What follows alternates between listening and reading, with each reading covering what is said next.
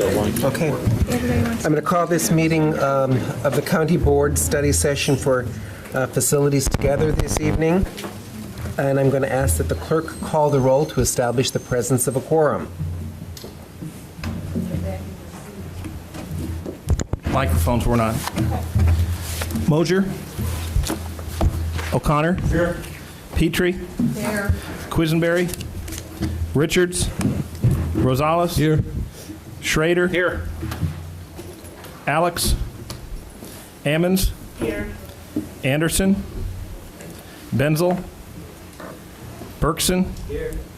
Betts. Here. Carter. Cowart. Esri. Here. Holderfield. Here. James. Here. Jay. Here. Kurtz. Here. Langenheim. Here. Maxwell. Here. McGinty. Here. Michaels. Weibel. There is the presence of a quorum. I would entertain a motion to approve the agenda. So moved. Moved by Mr. Rosales, seconded by Mr. Jay. Discussion? Yes, Ms. Simmons. I'd like to make an amendment to the agenda, striking the straw poll votes and striking item C. Item C is for discussion only, since we cannot take formal action regarding it, period. I move the removal of the straw poll vote. Second. There's a second. Discussion? Mr. McGinty.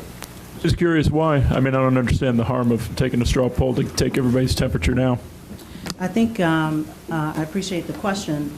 I think the straw poll vote is a little premature. I think this is only discussion one, and the board needs to have adequate time and certainly multiple discussions to vet this issue completely before they are put in a position to show a yay or nay. Further discussion? Mr. Weibel. I would point out that the county board rules state that straw votes are by show of hands or by voice vote, not by roll call. So it would just be a record of what perhaps a majority or an idea of what the thoughts might be at the time. And straw votes can be taken before a subject is debated or at any time. So I see nothing wrong with this. The straw vote is a straw vote by its nature. For the record, Mr. Quisenberry, Mr. Alex, and Mr. Carter and Ms. Cowart are present. And Ms. Anderson. Mr. Langenheim. Perhaps when we take these straw votes, we can do it a little more comprehensively than we normally do. In other words, there shouldn't be any legislative objection to abstaining. And I think it would be a good idea if in the straw votes we got the number of pro, con, and not yet made up their mind. Further discussion? Ms. Berkson. I think most of us don't know enough to vote intelligently, and probably don't know enough to abstain. Further discussion? This is a motion to amend the agenda to remove the ability to have a straw vote. Just so that you know, the chair at any time, at its discretion, can always call for a straw vote. Just be aware of that. All those in favor of the amendment? Aye. Those opposed? Aye. Motion fails. The motion on the floor is to approve the agenda. All those in favor signify by saying aye. Aye. Those opposed, the same. Aye. Motion carries. We have public participation this evening. We have extensive public participation. We do have board rules regarding public participation. You're limited to 5 minutes. Mr. McGinty will be in charge of keeping track of the 5 minutes. We encourage you to talk on the topic that the session is about. The other thing is you may not ask questions of board members. They do not interact with you. It is against our rules unless there's a complete suspension of our rules. So you cannot direct sheriff, answer this question, state's attorney, answer this question. That is not appropriate under the county board rules that we have adopted, but we will have ample time for the public participation this evening. If I mispronounce your name when I call you, forgive me, I'm not perfect with names. We'll begin this evening with Sarah Lazari. Hello, my name is Sarah Lazar, and I'm here as a representative of the Solidarity Committee of the Graduate Employees Organization, which is the labor union that represents graduate students at the University of Illinois in Urbana-Champaign. And I would like to specifically address the issue of the proposed expansion of the jail. The GEO Solidarity Committee feels that we should focus on reducing incarceration, not pouring more of our tax dollars into incarceration.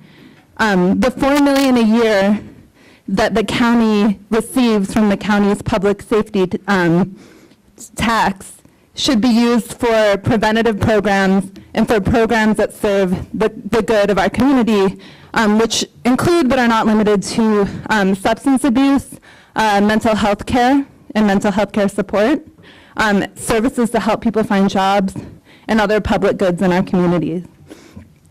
A big part of why we're against moving quickly to pour our tax dollars into an expansion of the jail is that we actually have a problem in our jails of disproportionate representation of people of color, particularly African Americans.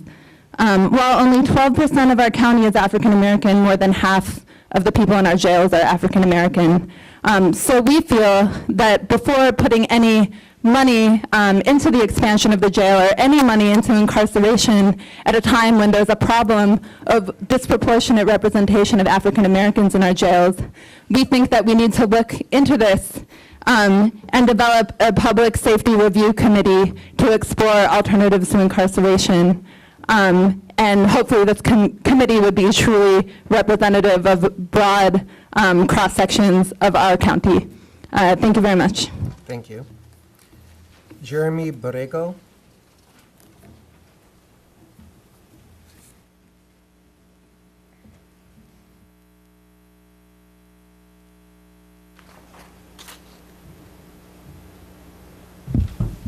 As you stated, my name is Jeremy Borrego, and I'm a resident of Urbana, Illinois, and a student of urban and regional planning at the University of Illinois at Urbana-Champaign. I live 1.5 miles from the proposed jail expansion in Champaign County, just a few blocks from the downtown jail location. I'm here as a neighbor to these facilities, and as a member of Planners Network chapter at UIUC, a group that stands for innovative progressive planning through equity and social justice. I understand this board is preparing to close down the facility due in part to an investigation by the DOJ that called the conditions within harmful to the physical and psychological well-being of the special needs and female inmates housed there.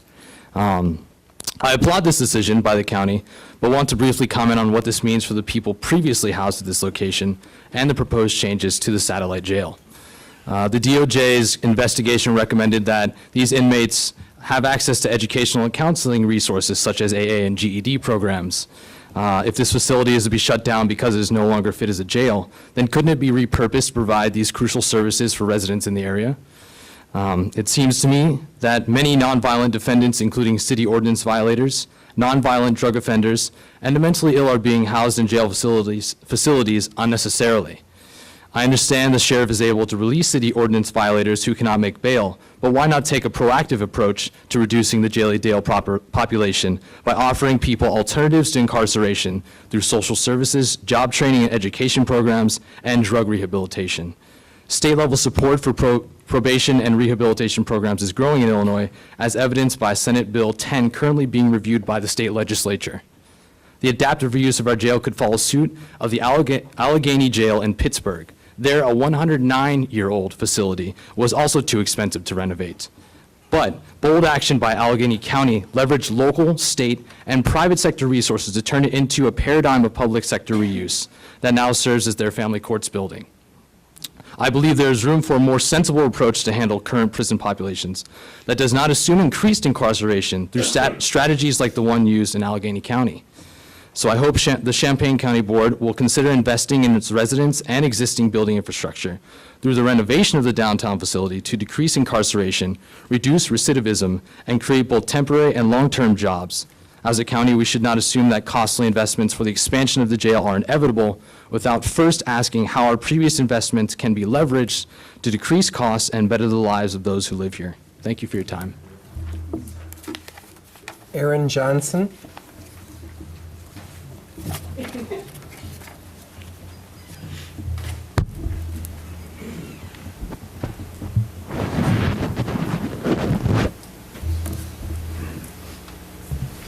Hi, my name is Aaron. I live in Urbana. I wanted to address one concern within the expansion of the jail, and that is the detention of immigrants in the Champaign County jail facilities, and specifically the proposal within the sheriff's outlining of the expansion to bring in federal money for housing inmates. There's nothing in the proposal that says that the federal money is going to be used to detain immigrants. However, that would be one possible outcome of federal funding for the county jail. It seems that immigrant detention is actually the fastest growing federal detention method, and so I'm actually concerned that we are going to include and increase immigration detention in this county. My concerns are in part based on the Secure Communities program, which Champaign County entered into in October of 2010 and has been participating in since that point. We've seen increased immigrant detentions in our county. Most of the people who are being detained are there for very low-level offenses, mostly traffic violations. It seems like that would be one way of reducing inmate population within the jail, is by not detaining people who are in there for a week or 2 weeks based on an expired license, for example, which is one of the main reasons why immigrants are in the county jail. This has also raised several issues within the community. In immigrant communities, there's an increasing distrust of law enforcement,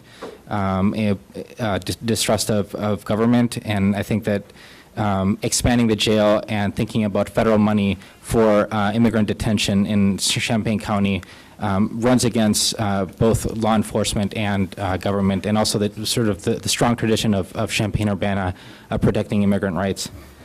So those are my 2 cents. Thank you. William Sullivan.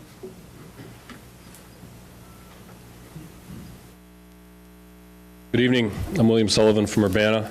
The first thing I want to say is, wow, democracy can be painful, huh? You have to listen to all of us say all these pieces. So first thing I want to say is I really appreciate your attention and your willingness to engage in this discussion.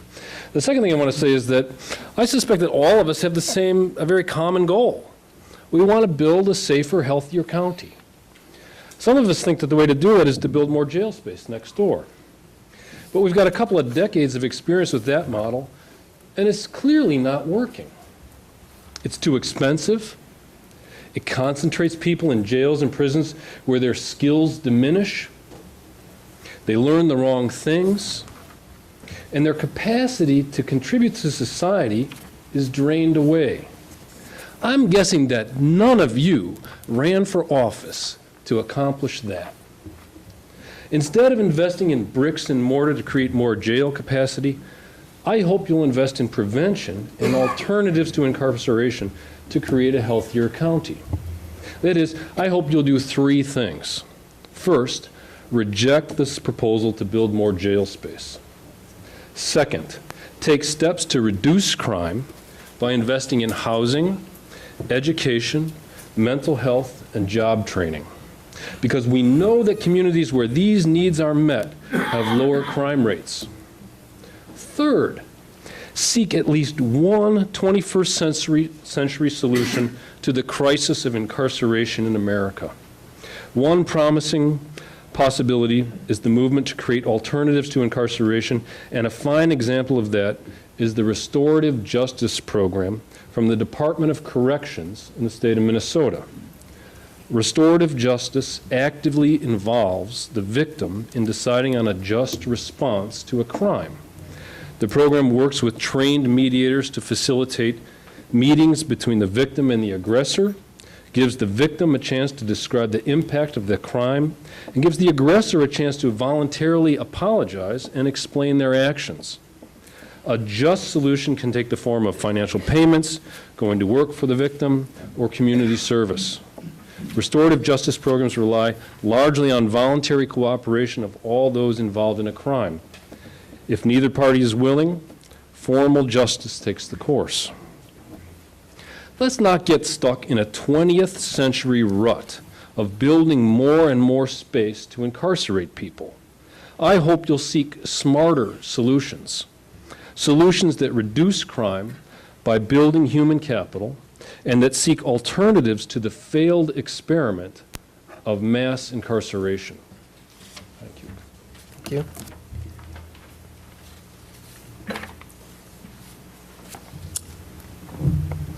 Jerome Bamberger.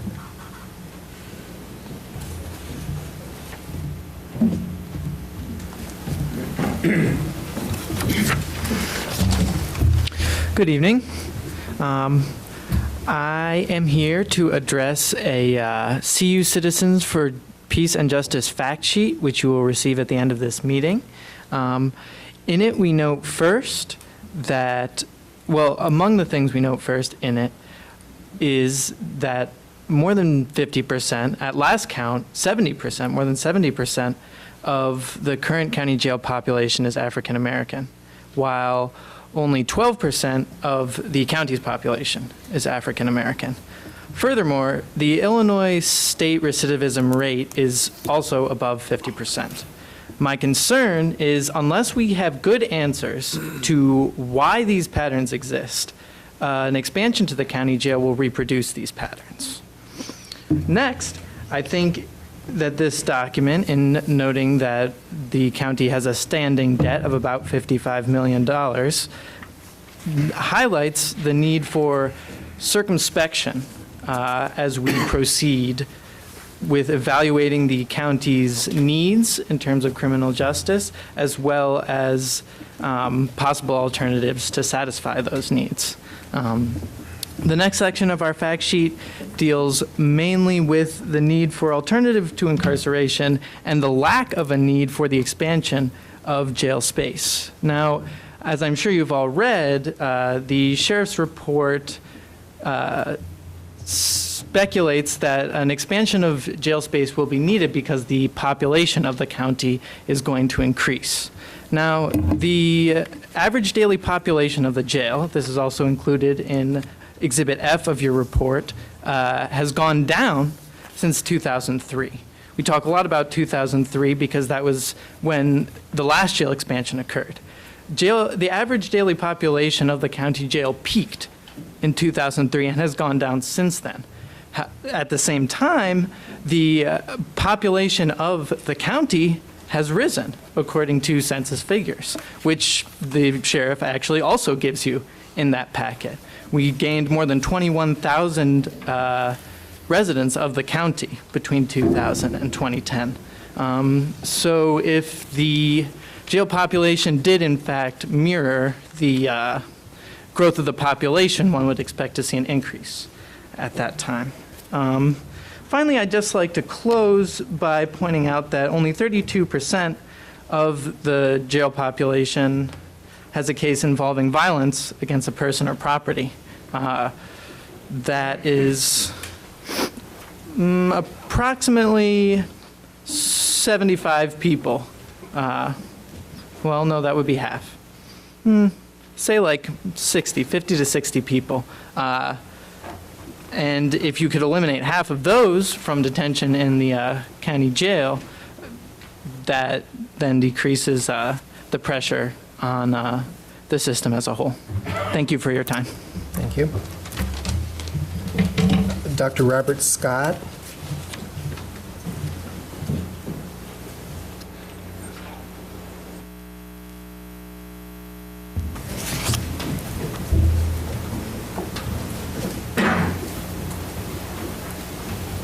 Hello.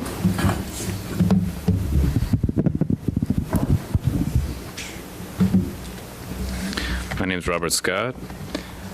Glad to address you all tonight to speak about the proposed jail expansion. I recently received my PhD in education policy studies, and my research deals with the connection between funding for the correction system in the state of Illinois and other major state expenditures such as education.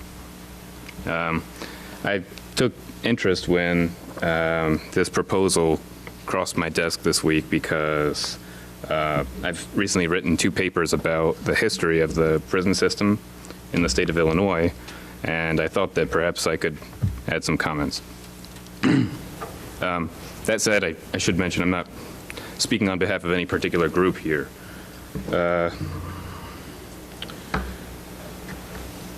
It did concern me a little bit, and the last speaker mentioned this a little bit, that there's a sort of conspicuous absence of numbers relative to jail capacity in the proposal.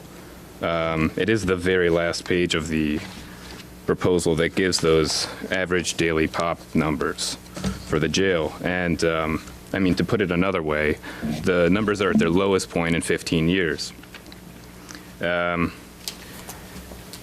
So you'd have to go back to 1996 to find the last time that so few people were in the jail system in Champaign County. This is actually fitting the larger trend in the state of Illinois. We're reducing numbers in our state correctional facilities and reducing the numbers in the county jails. Another trend that was mentioned earlier about immigrant detention is correct. And there's a question out there currently about whether that's what we're going to expect counties to invest in order to detain immigrant people under the Secure Communities Act. I would point out, however, that the public safety task, which went to funding the juvenile detention center right here, that juvenile detention center is mostly empty. I mean, it's not, it's, you know, in single digits the number of people that are currently incarcerated there. So we have to look at some of the subjunctives involved in this type of proposal. There's a lot of paragraphs in here. If you read it paragraph by paragraph, which I have, which, while I respect the sheriff's intention to not weigh in on the issue, say things like, currently the trend is fewer number of people in the jail. However, we don't know what will happen in the future. Currently, Judge DeFanis is taking into consideration the crowding effect when sending people to the jail, but we don't know what will happen next. Currently, the state's attorney has also been considerate of that trend, but we don't know what will happen next. Another way of interpreting the current trend lines in the state of Illinois is to say one thing that might happen next is we might have fewer people in the jails and prisons in our state. That ended up being the case with the juvenile detention center. In the paper, which it's currently under review, so I'm not really supposed to distribute it under the copyright, but if there were more study sessions, I'd be welcome to more discussion, and I probably could at least provide the data charts that I've got. There were about, let's see if I can find the table, 12 county juvenile detention centers were built over the course of 10 years in the state of Illinois. That was almost a tripling of the county juvenile detention centers in our state, usually with proposals very similar to this one, which invoke a hypothetical increase in need for capacity for juvenile detention. What do we do about the fact that that didn't come to be the case? To do this research, I actually had to call the county juvenile detention centers all over the state. So I actually got on the phone, called them up, because I was looking for what year were you built. I wanted to actually know when the boom was in county juvenile detention centers. And I would always ask about capacity. How many beds do you have? Usually I would get someone on the phone who would be a little bit indignant and say, why are you asking me about how many beds? I mean, it's kind of embarrassing. Yeah, we've got 45 beds here. There's only 8 people in them. Same story goes for the Champaign County Juvenile Detention Center. You could walk over and ask how many of the beds are in use. It's not to capacity. So when we talk about expanding jail capacity, we really need to look at the question of, is it necessary? And there's just a stark absence of that in here. There's a lot of hypotheticals. There's a comparison to California's situation in which they're shutting down prisons and sending people to the county jails. Sir, I'm sorry, that's 5 minutes. Could I just finish that statement? So if you pay attention to the current events, Governor Quinn announced a few days ago that the closure of state correctional centers is not currently being planned. We won't be getting increase in population in county jails from there. So it's left to question why we'd need an expansion. Thank you. Zunil Bogan.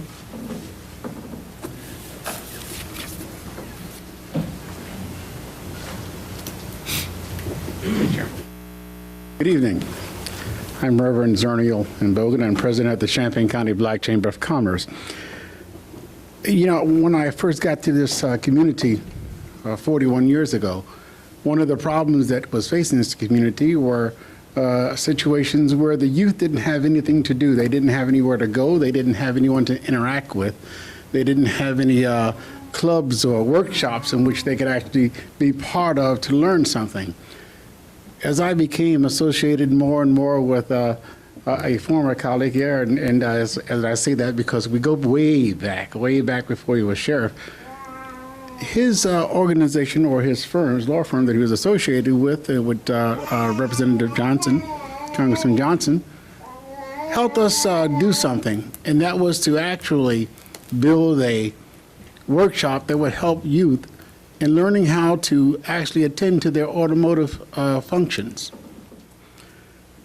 As I became more and more associated with this, I found out that those things were no longer in existence after I left and came back. And as I seen that, I seen the increase in the population of our youth going to jail, not to the juvenile detention center, but directly to jail. It seems like the correlation between not having these workshops, these education facilities, these little places that will actually help people learn a trade and learn how to do things with their hands in lieu of going out and committing crimes or being in gangs and getting into trouble, would be the better alternative than to placing them in incarceration or to actually placing them into a situation where it's going to actually manifest them to go into incarceration. We need to be able to say, listen, $12 million. When I go into the county jail system now as the pastor for the Jesus is the Way prison ministry, twice a month, one of the questions asked for, Reverend Bogan, when you guys going to open up the automotive shop again so we can learn about our cars? Or when you going to open up your workshop that's going to help us with our electronics and teach us about that?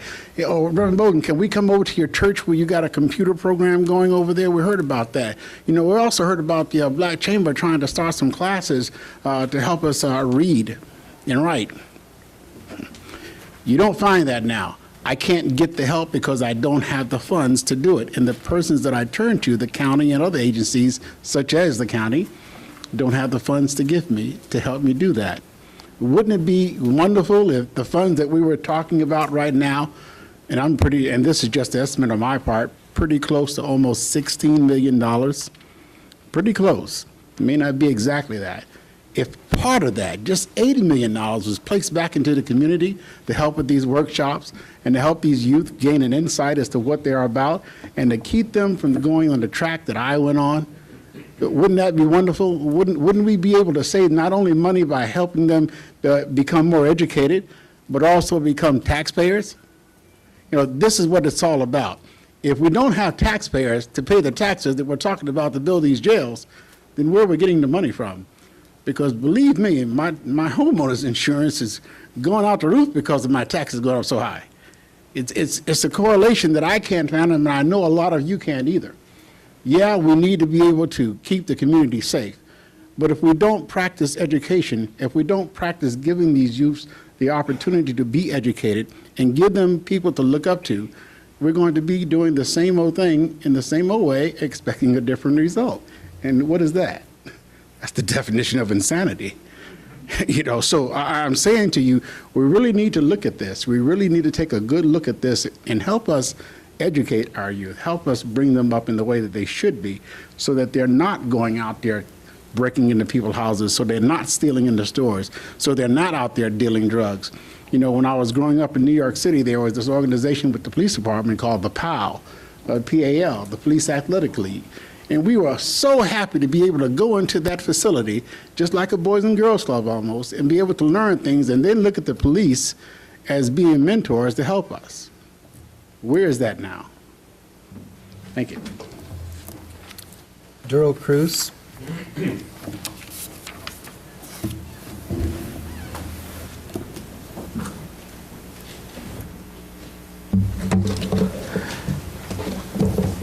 Good evening.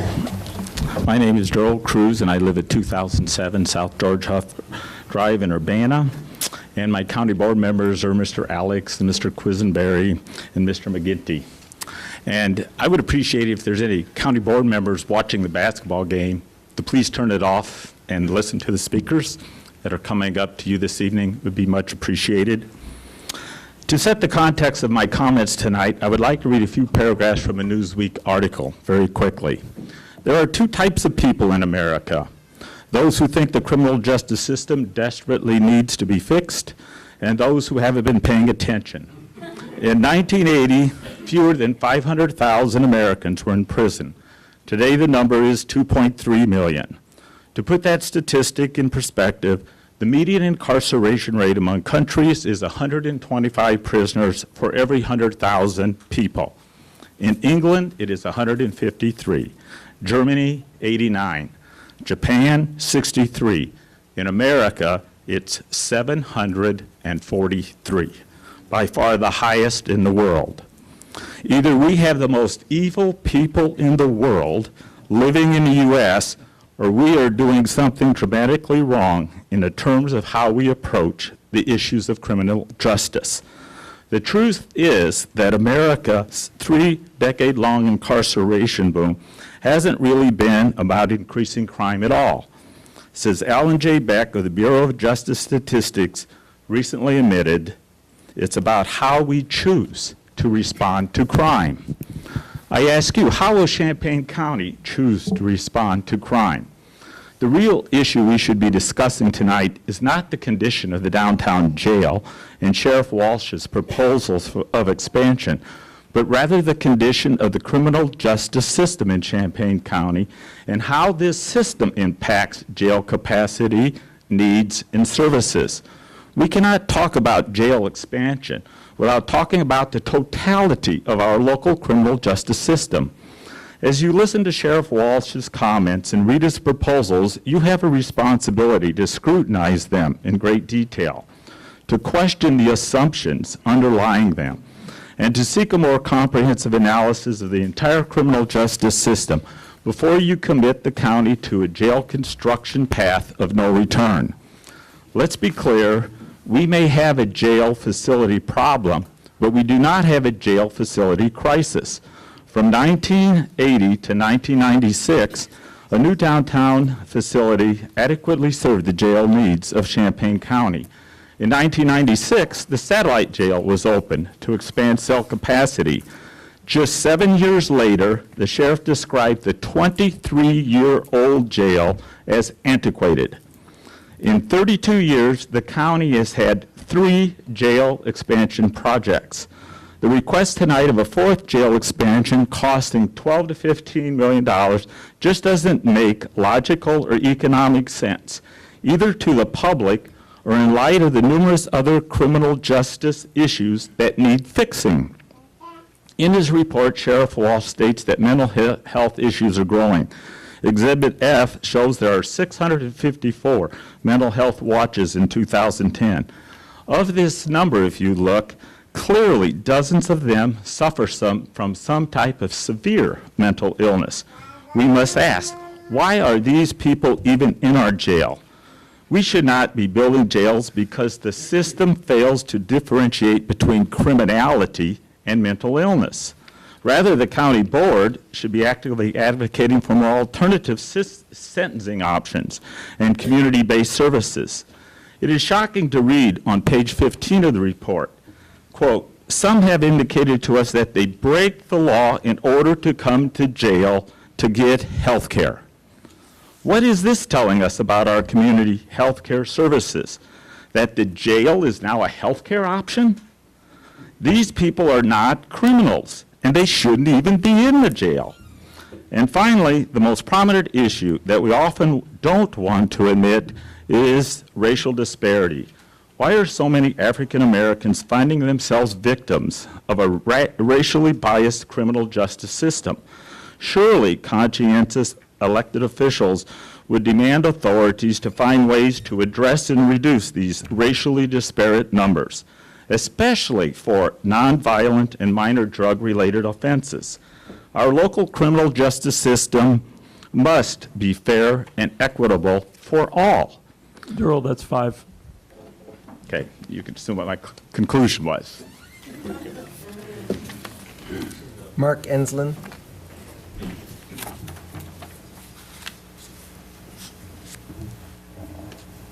Good evening.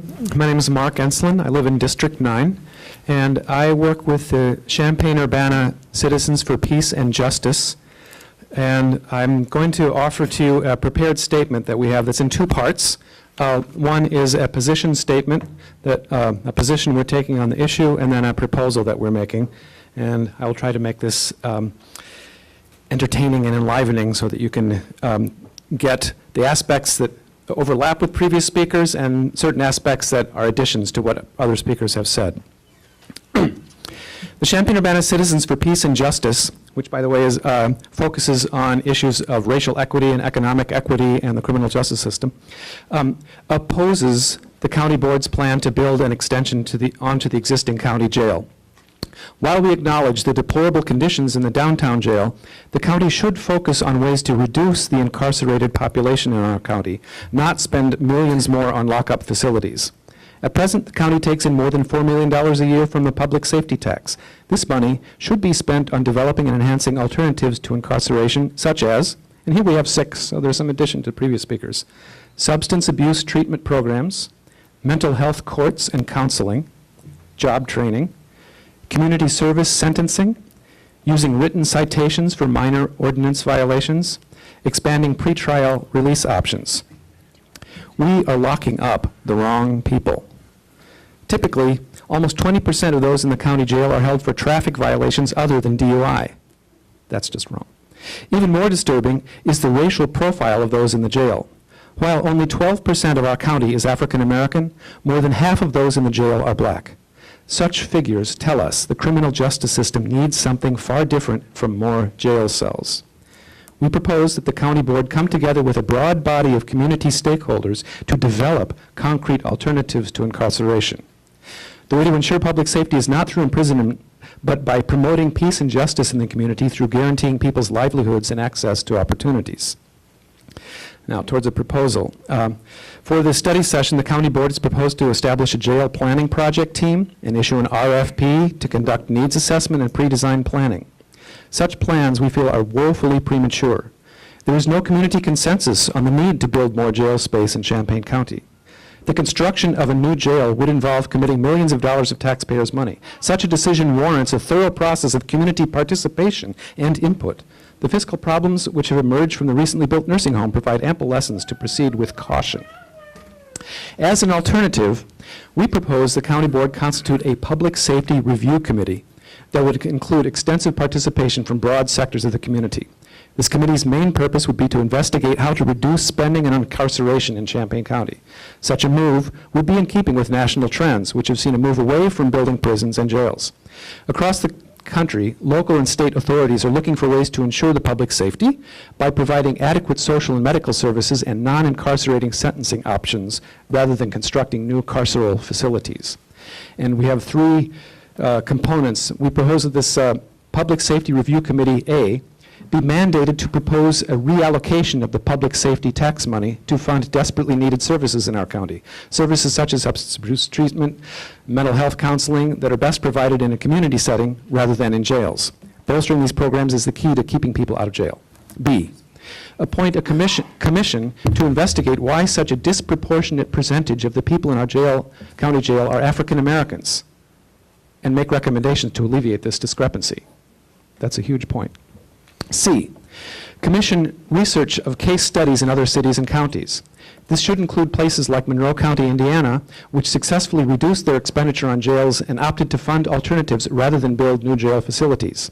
Also, the county board must examine case studies like Littlefield, Texas, where the city's decision to build a detention center landed them in extensive debt and seriously compromised the financial viability of that city. Such cases as Littlefield are particularly relevant for Champaign County in light of the fiscal problems which have emerged from the building of the county nursing home and the county's present debt of $55 million. And if I might add a personal note about this, as I have been reading articles in the New Yorker and reading The New Jim Crow by Michelle Alexander and other sources, I'm seeing that the sociological research is showing that mass incarceration doesn't work. As crime rates fall, our incarceration is rising, and we need to be taking steps in the nation and locally in this county to reduce that incarceration. Thank you. Belden Fields.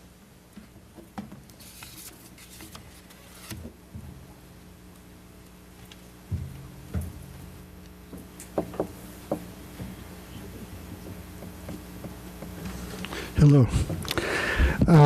You received a letter from the Justice Policy Institute, and I would like to read a portion of that letter because I think it's important that those of you who haven't read it or didn't receive it, plus the public that may be looking at this, have the information therein. And then I want to make a comment about my own personal experience with the court system here. With crime rates at the lowest levels they have been in 30 years, the assumption that there's just increasing crime is wrong. Prison populations are up because of the length of sentences. We give the longest sentences of any country in the world, except maybe for the Soviet Union or China. With crime rates at the lowest levels they have been in 30 years, the number of people incarcerated in prisons decreasing for the first time since 1972, the need for jail space should be reconsidered. In addition, available services and initiatives for people who have not been convicted of the current offense but are held pre-trial have become more available. Nationwide, counties are using risk assessments, pre-trial services, and other mechanisms like court notification systems to release as many people as possible pre-trial. Pre-trial services can save counties hundreds of thousands of dollars. According to the Pre-Trial Justice Institute, effective pretrial services include screening of each person booked into the jail, calibrated risk assessments to help the court determine who can be safely released to the community and who will also return for trial, monitoring of pretrial release conditions, reports back to the court, and reminders to return to court. A North Carolina study of 10 counties that uses pretrial services found that the services saved those counties more than $1 million while decreasing the number of people held in jail and without harming public safety. Recently, Baltimore City reconsidered a plan to build a new, larger women's jail because they were presented with new projections showing that with crime rates declining, there would not be a need for a larger jail. Baltimore City is seriously considering changes to its pretrial services to include additional services, including court notification announcements. Keeping people in jail unnecessarily, even for a few days, and this is serious here, can mean loss of jobs, education opportunities, and even loss of connections with family, including the loss of children to foster care system. Jail can also have significant negative effects for people with mental health problems. The constant change of people in jails can also mean the transmission of disease and infections between the jail and the community. All of these collateral consequences of holding a person in jail prior to trial can mean untold additional costs to counties. Given the array of diversion and pretrial services available to ensure public safety while reducing the number of people held in jail, Champaign County should reconsider plans to build a new jail and use any available funds, including the public safety tax, to invest in those services. Champaign County will realize long-term cost savings, safer communities, and people with better life outcomes. What I wanted to add on my own is, some of you have read, I have written articles, including in the News Gazette, about City Court, Champaign's City Court. And the first thing you notice when you go into that City Court is the huge disproportion of African American people in there. The second thing you notice about it is, of course, these people have not paid their fines. Now, the city ordinance fines begin at $165 and can go up to $750. For a very poor person, that's very difficult to pay. Now, the city of Champaign said formally that you can avoid these costs through public service. But I had a lunch with the city attorney, and I pressed him on this public service opportunity, and it turns out that the person has to locate the public service. And I said, well, what if they don't? He said, well, maybe they have a church. What if they don't? Well, he said, we really don't have any way of securing the public service for the person. Now, Belden, that's 5 minutes. Okay. Why so many African American people tend to be poor? They can't pay up the way white folks can. That's why they're there. Martell Miller.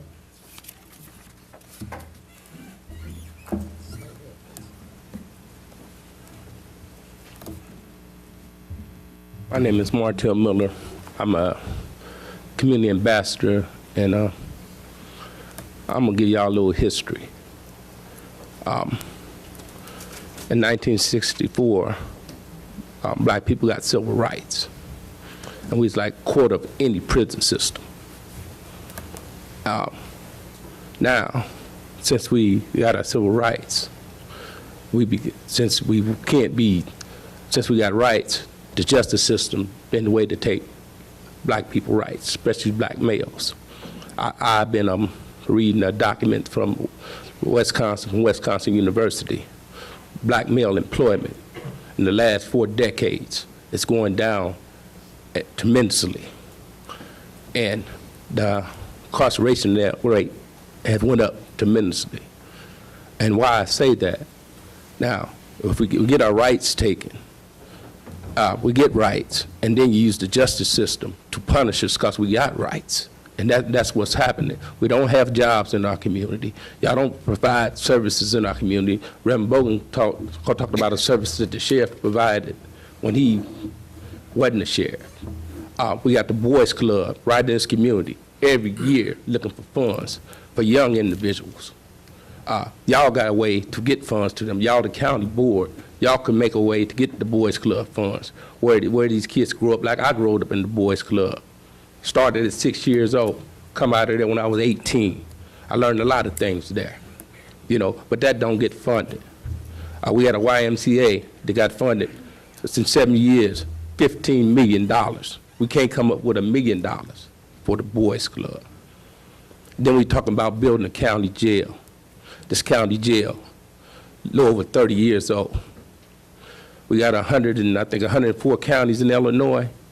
More than half of them county jails is between 50 and 100 years old. And we got 130 that's so old that we got to tear it down. That's like taking a car. If you don't change the oil, you take a brand new car, don't change the oil in it for a year. Watch what it do. You got to take care of the building. If you want a new building, you don't fix it. You let mold go in it. You don't fix the roof in it. This building 30 years old. We talk about mental health patients. We started a mental health court. Someone just told me last week, I didn't look for myself, so I don't know the number, it says 5 people in mental health court. Last year, we was talking like 600 people was going through the counties with mental health issues. The county deal with mental health business all the time with the mental health center downtown Champaign. Y'all know, y'all can get the information, who's a mental health patient, who's not a mental health patient, who's coming through the court system. It's put the money where it's needed. It's not needed in a jail State of Illinois, I just watched Channel 9. State of Illinois said their prison system is 14,000 people over. They said they're going to let the nonviolent out, the people that's drug users out, get them the help they need, but they don't have the money to get the help they need. That means they don't have to look back to the people in the county. The state don't have it. If the county got raising money for bonds for a city jail and not helping the people, the sheriff department didn't vote y'all into y'all position. The people did. So some of your people that did vote for y'all may need some of these services. Some of these people, the same people that pay these sheriff wages through taxes, when they go shopping at the stores, when they buy their food from sales taxes, they don't want to build a jail to lock them up. They like to get some services. And y'all got the opportunity to provide services with this money and build a county jail. And I think y'all ought to look at what y'all planning to do by getting the county jail. And they already talked about the percentage of blacks in this county jail. Y'all, I know all y'all didn't see me talking about the things that goes on in Champaign. I hope things change in Champaign. We got to look at what are we going to do for the people sometime. Not what are we going to do to lock up young individuals in the prime of their life. You know, get them in the court system. Let's get them educated. We had a dissent decree in Champaign County, went on for 10 years. We still got, better yet, we still got our kids coming out of school 2 years behind the reading. That's all kids. That's black, white, Asian, all kids out of Champaign schools. Get them numbers. It started a literacy program with the money. Mr. Miller, that's 5 minutes. Thank you. And our final speaker, Bobby Trist.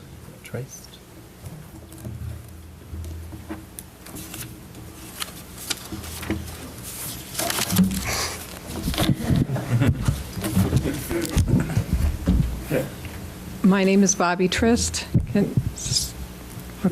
My name is Bobby Trist. I live at 503 North Fair Street in Champaign. And I speak to you tonight as a citizen, a mother, and a Quaker representing the Urbana-Champaign Friends meeting. Many years ago, my eldest son got caught up in the criminal justice system in this county. He did some things he should not have done. He snatched a purse after he had already been accused of looking into people's windows. He wrote some bad checks. Hard of hearing and adopted into our family at the age of 10. After innumerable foster homes, he was maybe a dozen years behind in his emotional development. That meant that when he was acting like a teenager, getting into petty trouble, he was already almost 30. The law does not cut you any slack for going through your teen angst a decade late. Because of his early history, plus his disability, my son was years behind in his development. Unfortunately, by the time he was getting into trouble, he had aged out of most of the programs that could have helped him. He needed help learning to make better decisions, take responsibility for his actions, and distinguish wants from needs. He needed more structure than I, by then a single parent with 2 young children, could give him. He served one 90-day sentence in the county jail for the purse snatching, and he did well. He worked in the kitchen and received time for good behavior. Knowing how long he was going to be there, he settled down and adjusted. He has always done well in structured situations. How sad that the only one available was jail. But he was also jailed several times while he awaited trial. That meant he usually lost whatever job he had at the time. If he wasn't living at home, someone had to pay his rent or he lost his place. Sometimes he had resources that I could mobilize to pay his jail, sometimes not. He could have been released on his own recognizance. He was not a danger to the community, and he would have shown up for trial. The community's money would have been better spent to provide mental health counseling and a sheltered jobs program, rather than to pay for room, board, and guards. When we lock up people unnecessarily, they lose homes, jobs, cars, a necessity in most situations to keep a job, and their children go into the foster care system. Putting children who have committed no crime into foster care starts the cycle all over again. Unnecessary foster care leads to emotional and financial costs, developmental delays, and ruptured relationships which follow the children into adulthood. I am not in favor of enlarging our lockup capacity in this county. We need instead to find ways to reduce the nonviolent population that we have behind bars. That would free up the space we need. Bail for nonviolent offenders needs to be set at a realistic level or in some cases waived. Locking up people unnecessarily does not make us safer. It costs a great deal of money and disrupts the fabric of society. Quakers have a long history of fighting for justice in society. Were we to provide adequate mental health and substance abuse services and job programs, we could divert a substantial stream of people from the criminal justice system. That would make us safer. Thank you. With that, public participation is closed. I don't have a...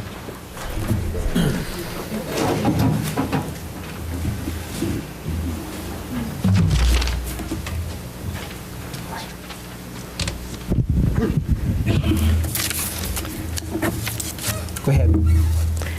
Good evening. I want to thank Chair Betts for having the study session because this is an important issue, especially in the African American community.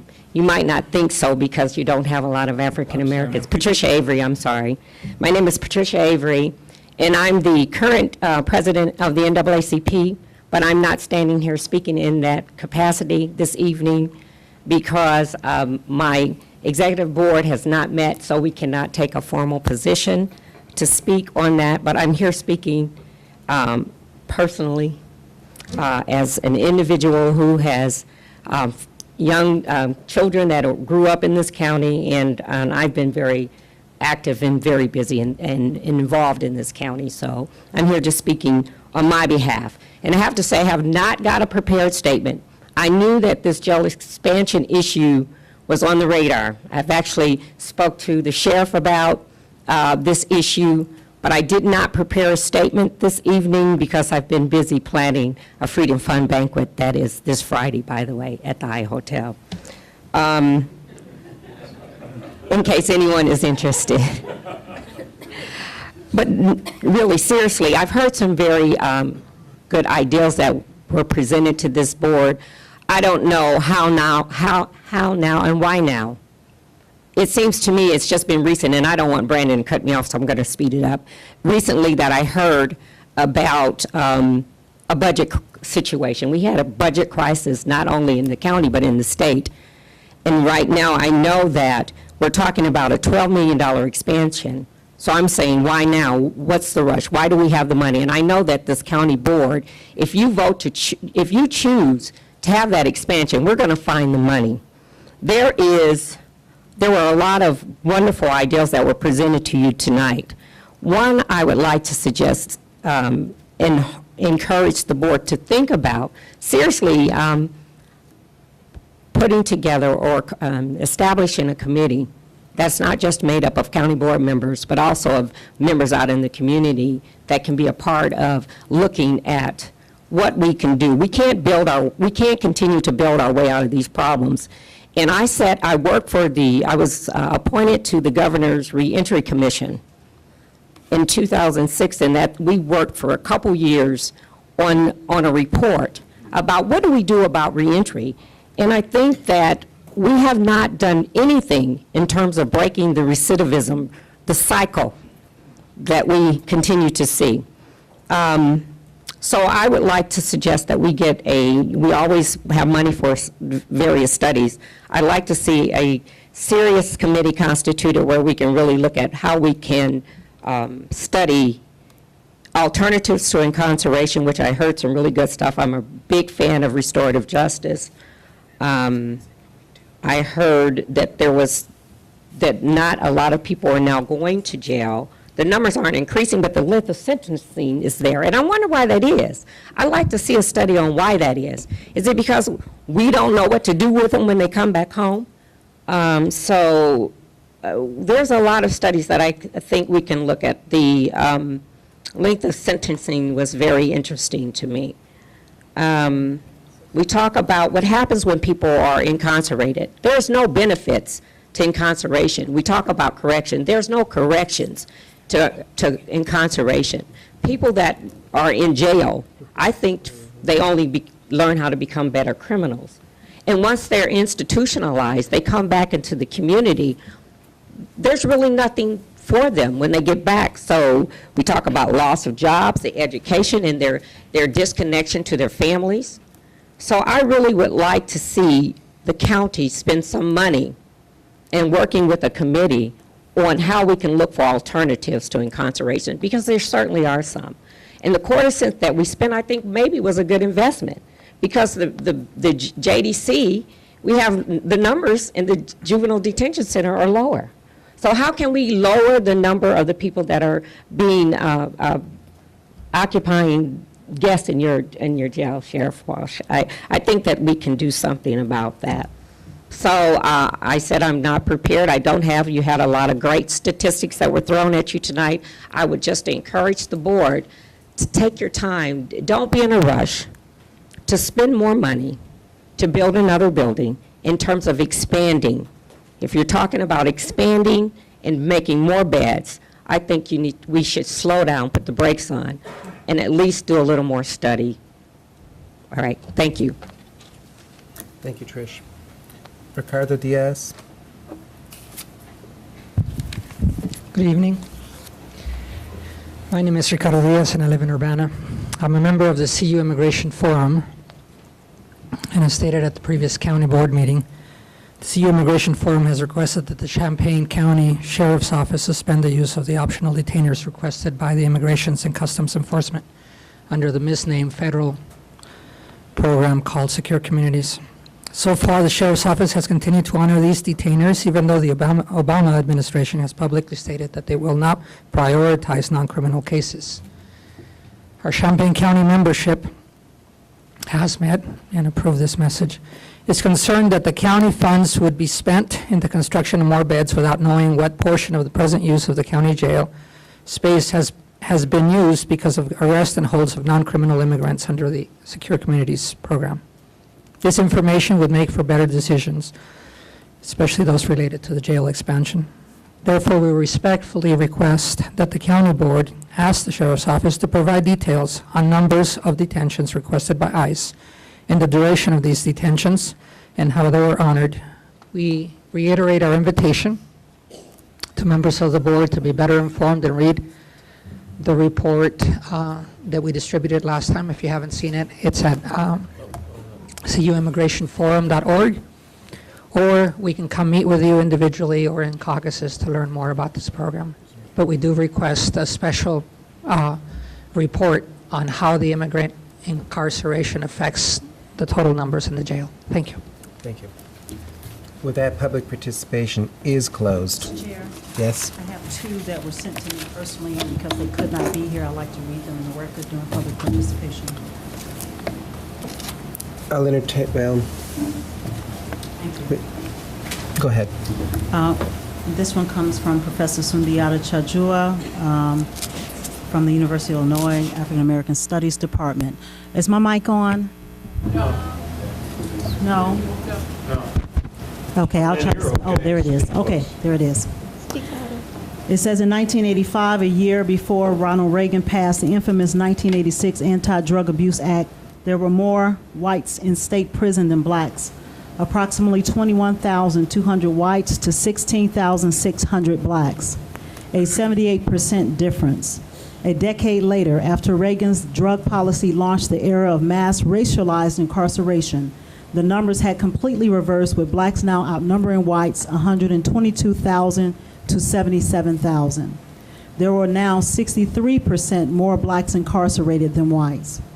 The era of mass racialized incarceration led to massive spending on prison construction, with the monies often taken from education budgets, and initiated a new phenomenon, private prisons, as prisons became big business. Today, African Americans make up nearly half of the 2.2 million men and women incarcerated in the United States, most for nonviolent drug offenses. These men and women need treatment, not incarceration. Champaign is no different than the nation. Building a new Champaign County jail as proposed merely continues this trend. If a new jail is to be built, don't increase its holding capacity.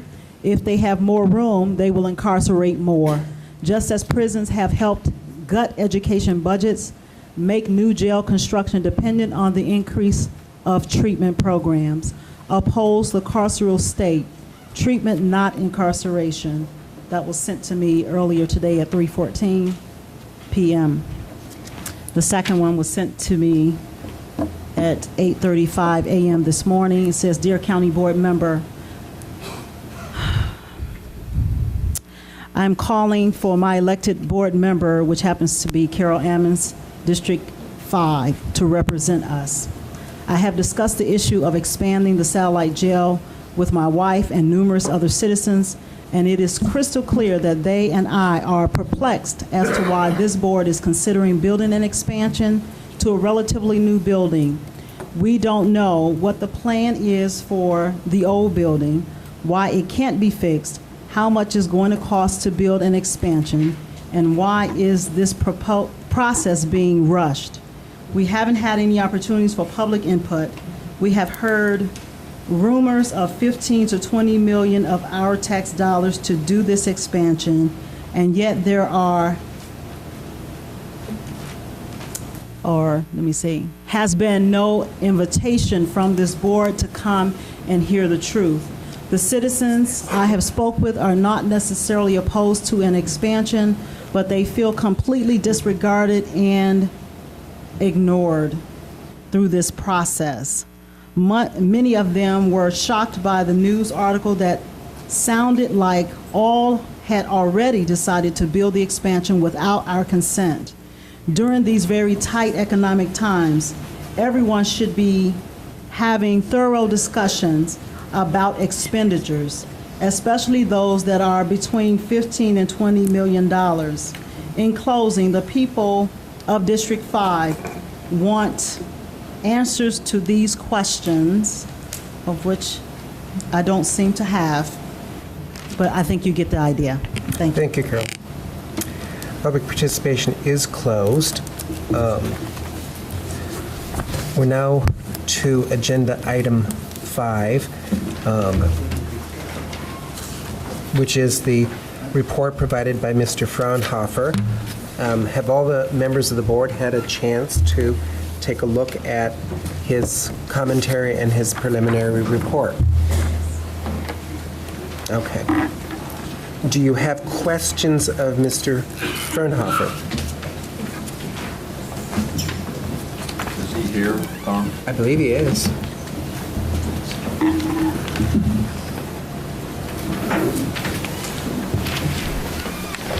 Good evening. I got a question, Tom. Sure. Very good. Mr. James. After looking at your report, I'm assuming that you've visited other jails and other areas, and you've done some of these inspections, so you know basically what you're looking at and what you need to be looking for. Yes. And based on your report in here, overall, from what I'm reading, there's some issues that are of concern, but would you tell me that there are some major issues that maybe would not benefit us to spend the money trying to fix them? Yes, I think the major issue is economic. One of the things that I was asked was to determine whether or not this jail could be expanded vertically. And the building, unfortunately, is not designed to be expanded vertically. So hence, the only way to get more floor space, and on this size lot, it would require some vertical component. It would require an independent structural frame to be needled down through the building. This is the same method that I used in 1987 at the Champaign City Building when the third floor was added to the city building. That's supported on an independent structural frame, but that's very expensive to build. So it's clear to me that you would really want to have a jail on that site in order to consider spending the money to expand it, because you're going to pay a premium to add additional floor space on this site. Another follow-up. Follow-up, yes. And based on what we've seen of the maintenance of this building and the equipment that's in that building, such as the cooling and heating systems and possibly, I would say, the sewer lines, because they're aging and they probably get more use than a normal household would get when we're comparing things. How is the equipment overall in this building? I did not make an evaluation of the equipment, but given the age and given the changes in technology since the building was built, this is not equipment that's going to be efficient for the long term. Thank you. Ms. Emmons? I would like to back up just for a second and follow Mr. James. I'm sorry, how do you say your name? Well, you can call me John. The name is Fraunhofer, but you're welcome to call me John. Thank you. You said that you didn't have an opportunity to actually do an evaluation of the equipment. I did not evaluate the equipment, no. And so there's, at this point, no actual assessment that we can use to determine whether the equipment is in good repair, i.e. the HVA system, some of the other heating and cooling, the air handling system, those kind of things. I made no assessment, just tried to answer the question best I could. Okay. And then my other question is, in your report, you stated that basically at this point it would be too costly to repair. So I want to separate two issues right now. I want to separate expansion from addressing the actual facility concerns. In the facility, there were some concerns raised in the sheriff's report, and you got a chance to look at those things in that report. Can you give me an idea of those that were actual facility concerns that needed to be addressed, what in your estimation those costs would be? We don't seem to have any actual cost to go with it. That's right. I made no cost estimates. The scope of our services did not include that. Now, what I looked at is what it would take to vertically expand the building. That's way beyond repairs. The structure of the building doesn't need repair. That's the smallest part of any concern here. There are weatherproofing problems throughout the outside of the building that if you continue to use the building are going to require money to be put back into the outside brick fenestra because it's in the process of deteriorating badly. You can see it if you walk around the building. So repair really wasn't the question. The question is, if you're going to add more floor space at this location, what would it take to build vertically? And it's that part that it's clear to me that that's fiscally restrictive. So my understanding is you weren't actually asked to look at those. You asked to look at the vertical expansion. That's what you were asked to do. Yeah, two questions. Could the interior walls on the lower level be demolished? In other words, were they non-load-bearing walls so you could just take them out? This is a building that's built of a structural steel frame. It has steel beams, steel girders, steel columns. Those walls don't play any role in holding up the structure on the inside of the building. So those walls could easily be demolished. The only exception to that is the cells on the north wall and the north end of the east and west walls. That was the first question I was asked. And then the second question was the building designed for vertical expansion? And it's clear to me that it was not. So you can't just stick another floor on it. It would require an independent structural frame. That's what creates the cost premium. Mr. Maxwell. John, I think I just heard you say that your opinion is that the downtown jail is essentially of sound adequacy as far as the structure itself. There's no structural problems with the existing facility as it sits now. There are weatherproofing problems on the outside, but it's not like the beams are decaying or the girders are decaying, and there's no issue or question of collapse or loss of life. There's nothing like that. It just has a question of what to do with vertical expansion. Mr. Weigel.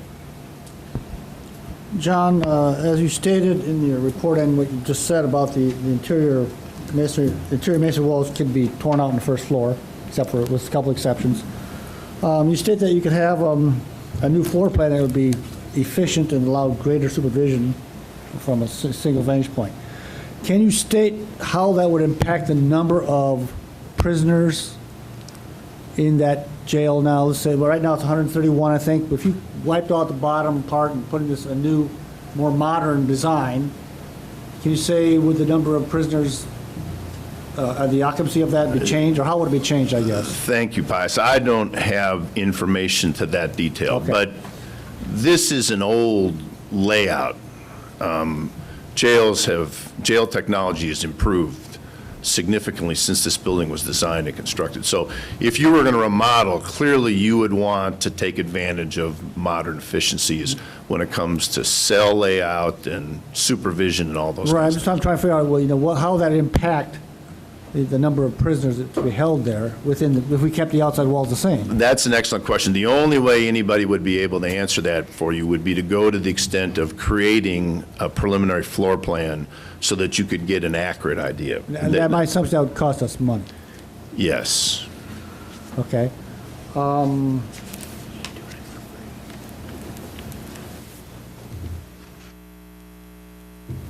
you say about the cost of doing that?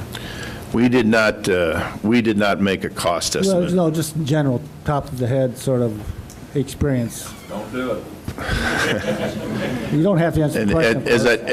As I told, Is this, would this be an easy project or not? I'm sorry, would it be a what? Easy, difficult?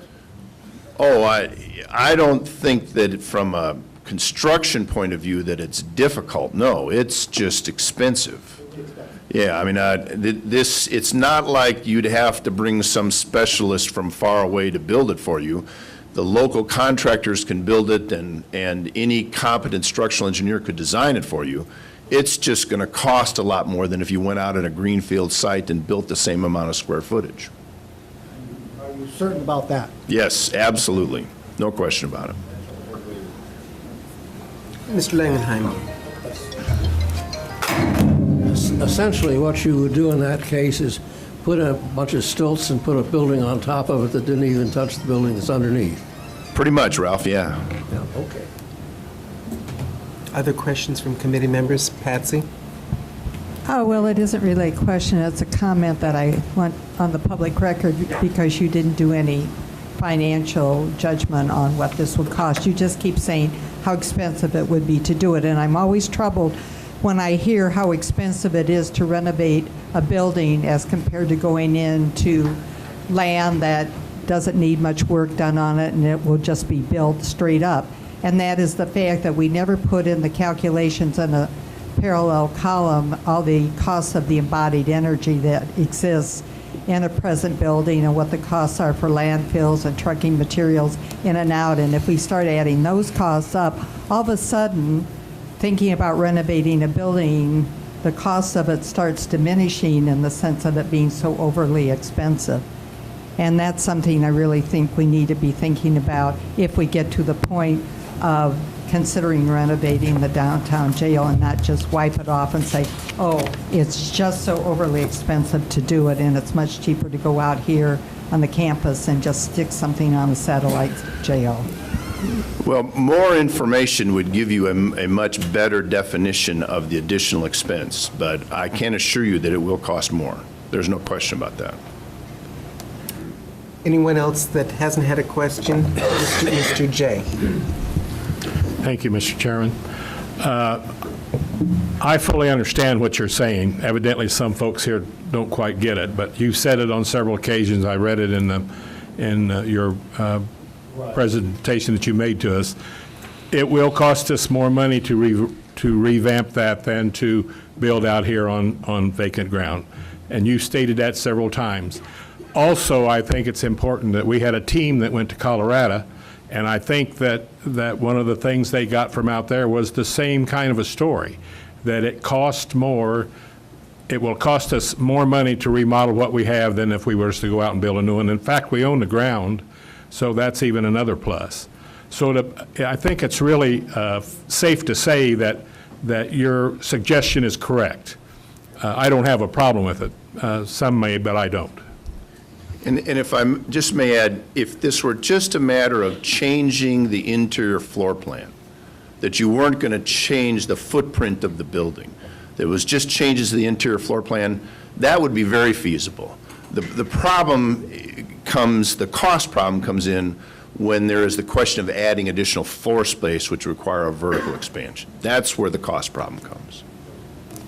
Mr. Schrader? Thank you, Mr. Chair. You brought up the issue of sealing the existing, we're talking about the existing building downtown.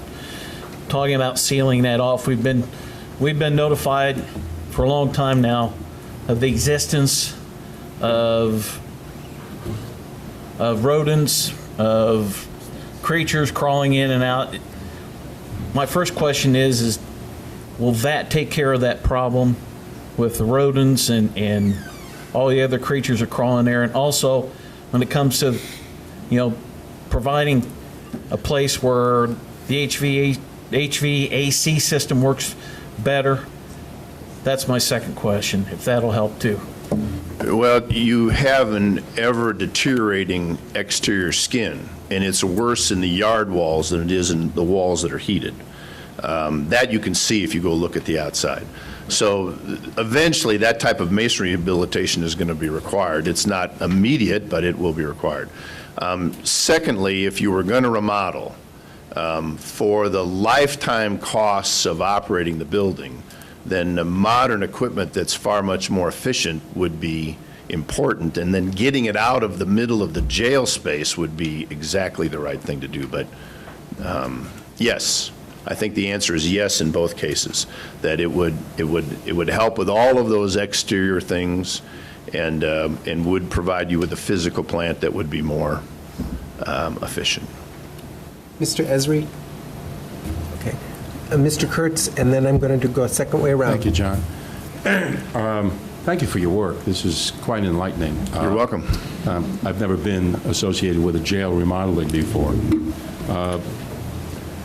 When you stated that you can, at not a major expense, expand or renovate the existing jail downtown, when you do that, and if you did, could you plan within that space to increase jail space in that existing area rather than the cost of building an extension on top of it? My guess would be no.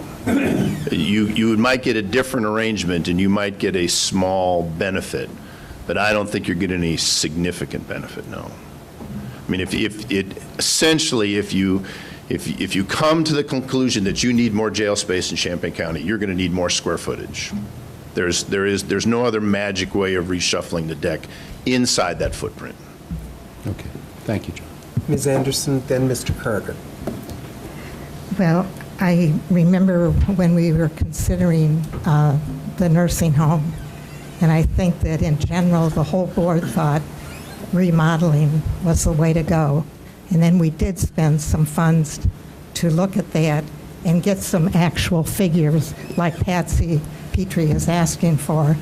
And we found out remodeling was going to cost a lot more. And it was going to be inefficient because the old building had been built in 3 different time frames. So I was hoping tonight that we might, and I'm not sure that you can do it, but if you did knock out all the walls, in doing the jail tour several times, the people policing cannot see all the inmates at all the time. It seems very difficult. I'm wondering, when you knock those walls out, are we going to get an efficient, even if it costs more, an efficient building where it is safer for inmates and for our police force? Well, if you chose to improve this downtown site, it would be a crime if you didn't get a facility that eliminated those kinds of problems. That's just an absolute necessity. You need, clearly, if you're going to go to that expense, then you would want the most efficient and the safest modern cell and supervision arrangement available. And I guess I'd like to just follow up that I was hoping tonight that we would be hearing from some of you about the efficiencies of, there versus, my concern has been the women in the downtown jail. I feel that they are discriminated penalized because we can't house them in a more efficient building where they're safer and they have better access to services. So we are going to hear? Okay. Certainly. Okay, thank you. Mr. Carter, you've been patient. Okay. I'm trying to find space on here. I hope I'm following the agenda. And I don't want to get away from, my understanding was the space need. Now we have all these comments and people about what we don't need, and we getting away from that and started building the jail. Now, I hope I'm in order, but I'd like to go ahead and make my observation here since I'm started. I'm one of the guys that's still here that was here when we built the last jail. Tom, and I see another one of my county board members here, and I know it's a few more, and we had the same problem. We hired people to go out and make studies and bring back to this board that was it. Community had input that they didn't want any more jails. We need more education of people than building the jailhouse. We had things from New York and all around the country that we had read in this chamber and read them about, like what Carol read, about the bad institution. We were building to house people instead of education them. And we can't get away from that. And tonight we read back doing the same thing right over again that we said we were getting away from. Now, you know it's not working. We started building jails 40 years ago. It's not working. And we see it's not working, we're still going down that same old road. And, I don't blame some of my people not coming because they say you're not going to listen. And they almost convincing me that, but I'm not going to give up. You're not going to listen. There's something wrong when you house people like we do. For instance, I'm going to make a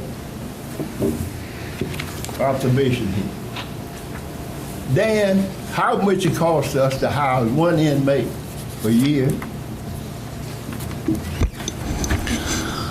I can answer, right? I don't know per year, Lloyd. It depends upon our numbers. If you add in all of our costs, personnel, utilities, the medical, all that kind of stuff, I'll give you round numbers. If we house around... Round number. I just want a round number because I almost know myself. Okay, if we house around 300, the number becomes about $60 a day. If we house around 200, the number goes up to almost $90 a day. So in a year, what that adds for one inmate? Well, it'd be 365 times, well, let's just say it was the high number. If we had 200 prisoners at $90 a day, that would be 36,000. I mean, less than that, I but wasn't far. I had 30. So yeah, that's probably real close. Now, Illinois State Board of Education funding Jones State Aid fiscal year 2012 foundation level is $6,119 per student. Yeah, now, I haven't found, look like to me, all the expense is out of this, that comes off of this $6,000 for your salaries. Come on, people, there's something wrong. And we know it's wrong, but we can fix it. We can fix it because I know what's wrong with it, and I know some of the rest of you know what's wrong with it. We can't keep on going down this road. And I've been saying this in this chamber, but you got people that sit up here, you make observation, they set up and get out of space on you and don't say nothing. Now, we do better than this. We can do better than this. It's a shame that we call ourselves one of the greatest nations in the world to conduct human suffering the way we do. It's a shame. Now you just look at that within itself. Just say what I just brought up here and see you how in the world can you even compare that? 6,000 something. Then take all your teacher salary expenses out of that. The educator kid there, you gonna pay 30-some thousand a housing? Come on, boy, you're gonna be after a while, you're gonna be thrown in there up there. Who's gonna pay the taxes? Who's gonna pay the taxes if they keep them in there? And this is nothing new. We had the same study you all the last time. But Mr. Pope, the guy that I raised up with, name is on the jail.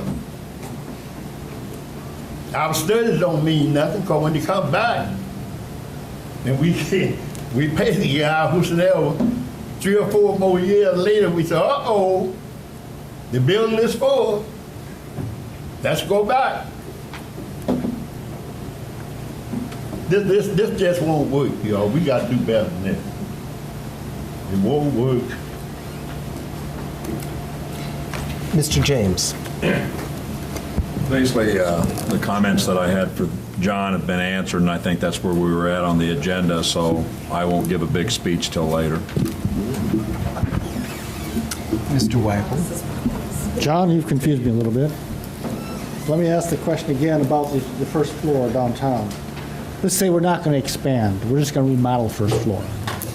Now, the choices are we could take that first floor, gut it, rebuild it in a modern method. Yes. Or we could come out here onto the satellite jail and add a small wing, approximately the same number of cells. Yes. Or maybe independently, whatever. Would the cost be still more expensive? No, then it would be comparable. And the only problem that you face under that circumstance, because remember, you're not raising the building vertically, you're not adding more space vertically. You're just doing interior reworking of the space. And then the only problem that you face is how do you house those inmates while you're doing it? So there's a cost to that would have to be added to that side of the legislature. I understand that. Obviously, plus you still have the issue of the outside walls.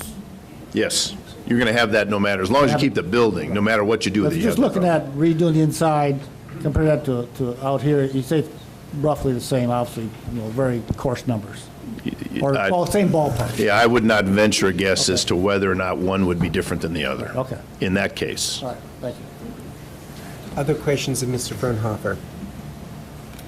I guess I would ask that the sheriff ask any questions that he would like to ask to Mr. Fernhofer, and allow the sheriff to comment on the relationship between having one facility versus having 2 facilities that he would need to manage that are separated. As to John, you covered the issue about the prisoners, which obviously is a concern. I guess the other thing that we would need to know, if the board says, let's just fix downtown, do you have any, well, let me back up before I ask that. If the board said to do that, and if the board says to me, how should it be designed, obviously I'd want to get some planners. But I would want the big open spaces like we have at the satellite so we can keep an eye on people, and I would want probably the medical and mental health, if that's going to be the remodel, they'd be there with a lot of glass. Number one, do you think that can be done in that space? And if you say yes, then the second question is, how long might we have to house prisoners out of county? Because that will get pricey, if you have an idea. Well, yes, certainly. First of all, the answer is yes to the first question, partially, because clearly you're going to have a more efficient arrangement if you can simply have a blank piece of paper. Because in the odd shape that this existing building is in, you're still going to be constricted by the outside walls. So you'll get part of the way there. And I wish I had a better answer for you. Again, that would require a little bit better study. Length of time, if you were just going to remodel on the inside, I would say that it's necessary to plan for a year. Now, you might get it done quicker than that, but I'd hate to have you get in a circumstance where you ended up with a financial problem because it took longer. So I would plan for a year. That's what I have. I don't know if Alan Reinhardt might have questions. Mr. Reinhardt, do you have questions? No, I do not. Okay. Mr. Kurtz, you have a follow-up? Dan or John, what would be the number, let's say a year, with what, how many prisoners would we need to move? It varies. This morning, we had 50 prisoners downtown. I would say, and Alan, correct me if I'm wrong, we probably run anymore a low of 40 to 70? I'd probably say more of a 40 to 60 in that number. 40 to 60. So let's say 50. Okay. Over a period of a year, can you give me a ballpark number on what transferring, transportation, other jails in other counties are we talking about? Yeah, we would first have to find the space. Typically, if we have to house out a county, not because of space issues, but other reasons, we use Pyatt. Pyatt gives us a break. Pyatt only charges us 40 or 50 a day, but they can only hold maybe 15 at the most. We would have to find spaces for 50. You can figure about $60 a day to house. Now, I know this may be out of the box, but in the juvenile detention center, we usually have empty beds. Almost all the, don't we? It is something that we discussed when our numbers were around 300. You can't commingle the adults and the kids. No way to keep them separate in a different pod. No, and I mean, somebody can correct me. I believe the YDC was designed for 40 max. Now they use about 20, so even if we took the whole thing, it normally wouldn't cover what we need. Plus, again, then we'd have the male-female separation, which does exist downtown. So total number, let's say a year, Okay. at areas that we can transport inmates to other facilities. Can you give me a ballpark? Well, I guess if you add it up, we can give me a ballpark number, 50 times. It'd be 50 times about 60 a day, whatever those inmates. In a year. Yeah. That's a big dollar. Well, yeah, plus the other thing that I'll have to remember, or we will, it's not just put him in there and leaving him there. We have to transport them back and forth to court. We got their medical bills. Right now, we have a medical and mental health staff on board that you guys pay for, and some places don't have that, so we'd be paying. I mean, reading your report, we don't have a jail, we have a hospital. I mean, you're not a sheriff, you're a manager of a medical facility, it seems. I mean, it's just so daunting of how you have to take care of so many different problems. It's not what 30 years ago was just throw them in jail and leave them there. Now we have to take care of them. Yeah, and I'll get to that report. What I have here is our head nurse, Sue Swain, and Harmony Gorley, our head mental health person. I had some Boy Scouts in today, and they asked me, what do you do every day? And, of course, they're young, and they want to know about the gun. I said, no. I run a business. That's what I do every day. And quite frankly, I spend probably an hour every day at least dealing with medical and mental health issues, things I never thought I'd have to do 10 years ago in this position. Mr. Weber. Mr. Betts, Mr. Frauenfelder seems to be standing here. I wonder if we could finish the questions for him so he can sit down, maybe? Questions of Mr. Mr. Betts, Mr. Alex has had Yes, his hand Chris. raised. I'm sorry. I'm sorry, I'll take that later. Sure? Yes, sir. We got him. You're free. Nope. John, thank you. Thank you. My pleasure. Good luck, ladies and gentlemen.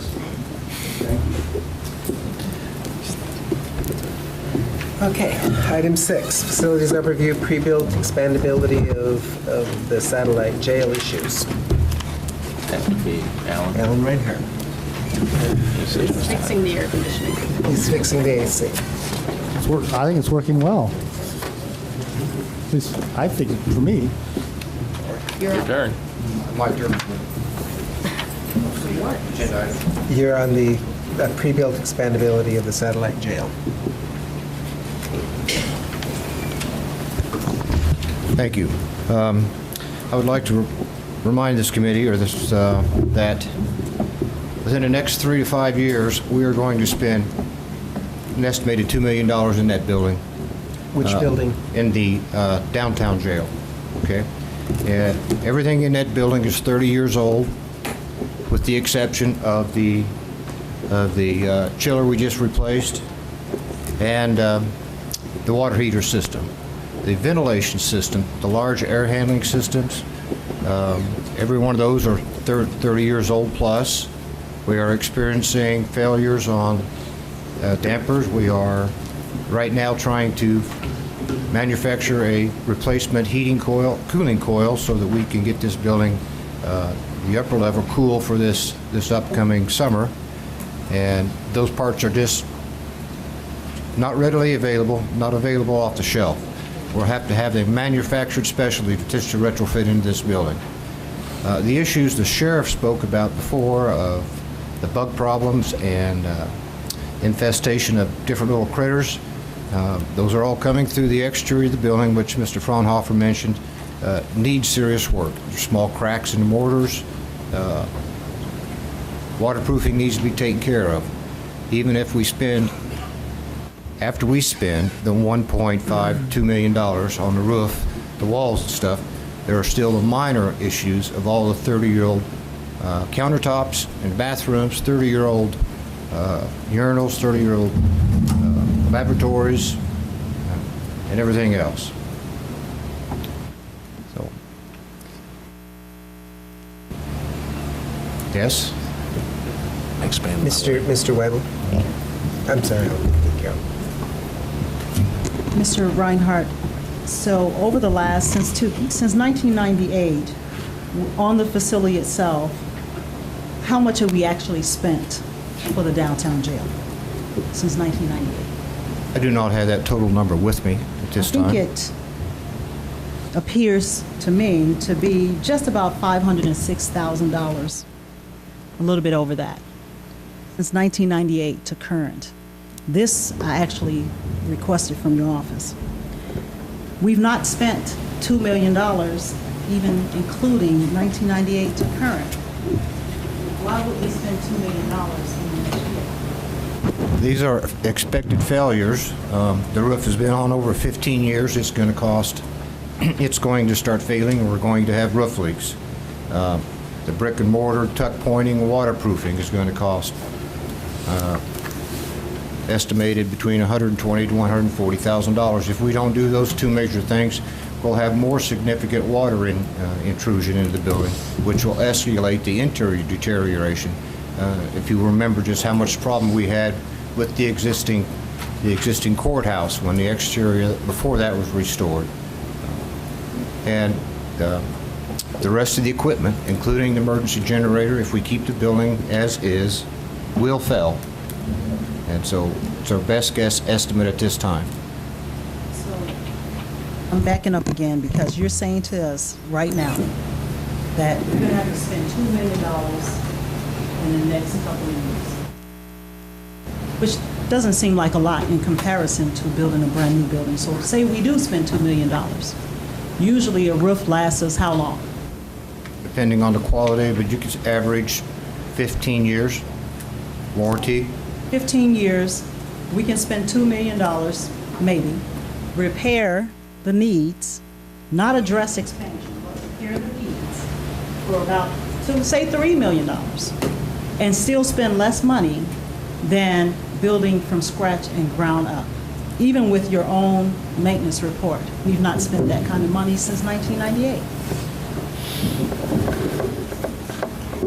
Mr. James? Well, to address some of Carol's issues, we've got to remember, just like the nursing home, this is a 24/7 operation every day of the year.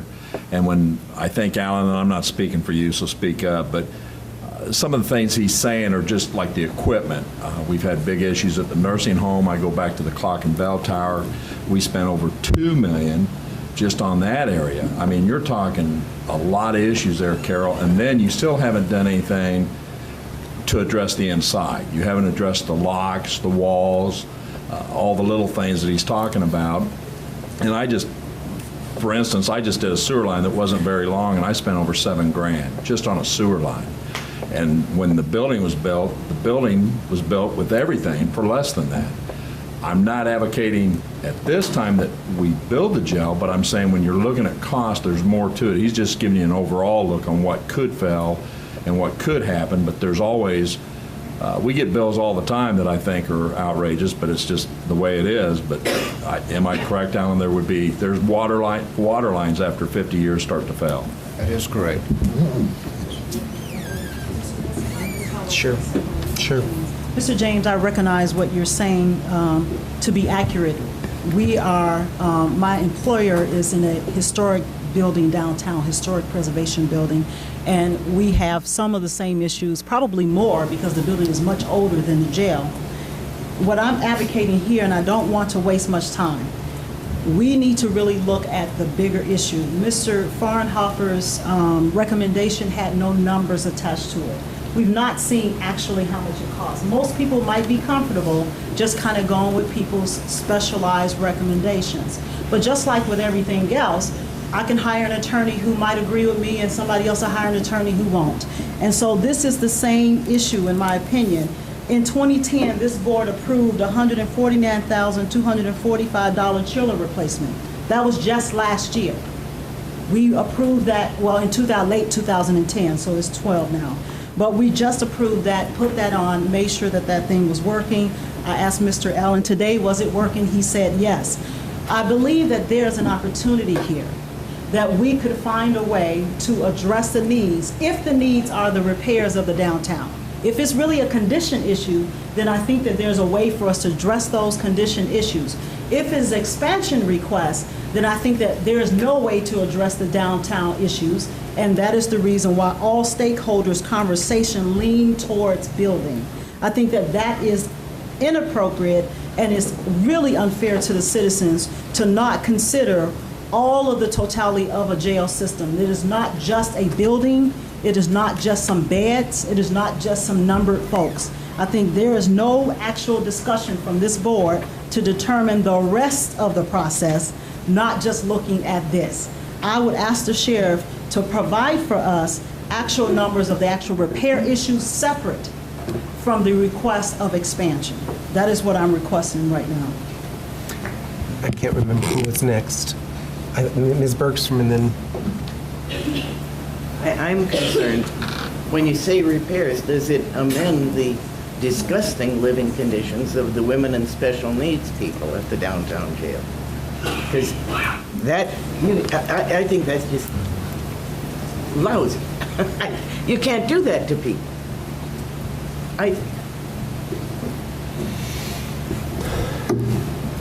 Is there anyone who wishes to address that question? I can. No, I don't think it does, Astrid.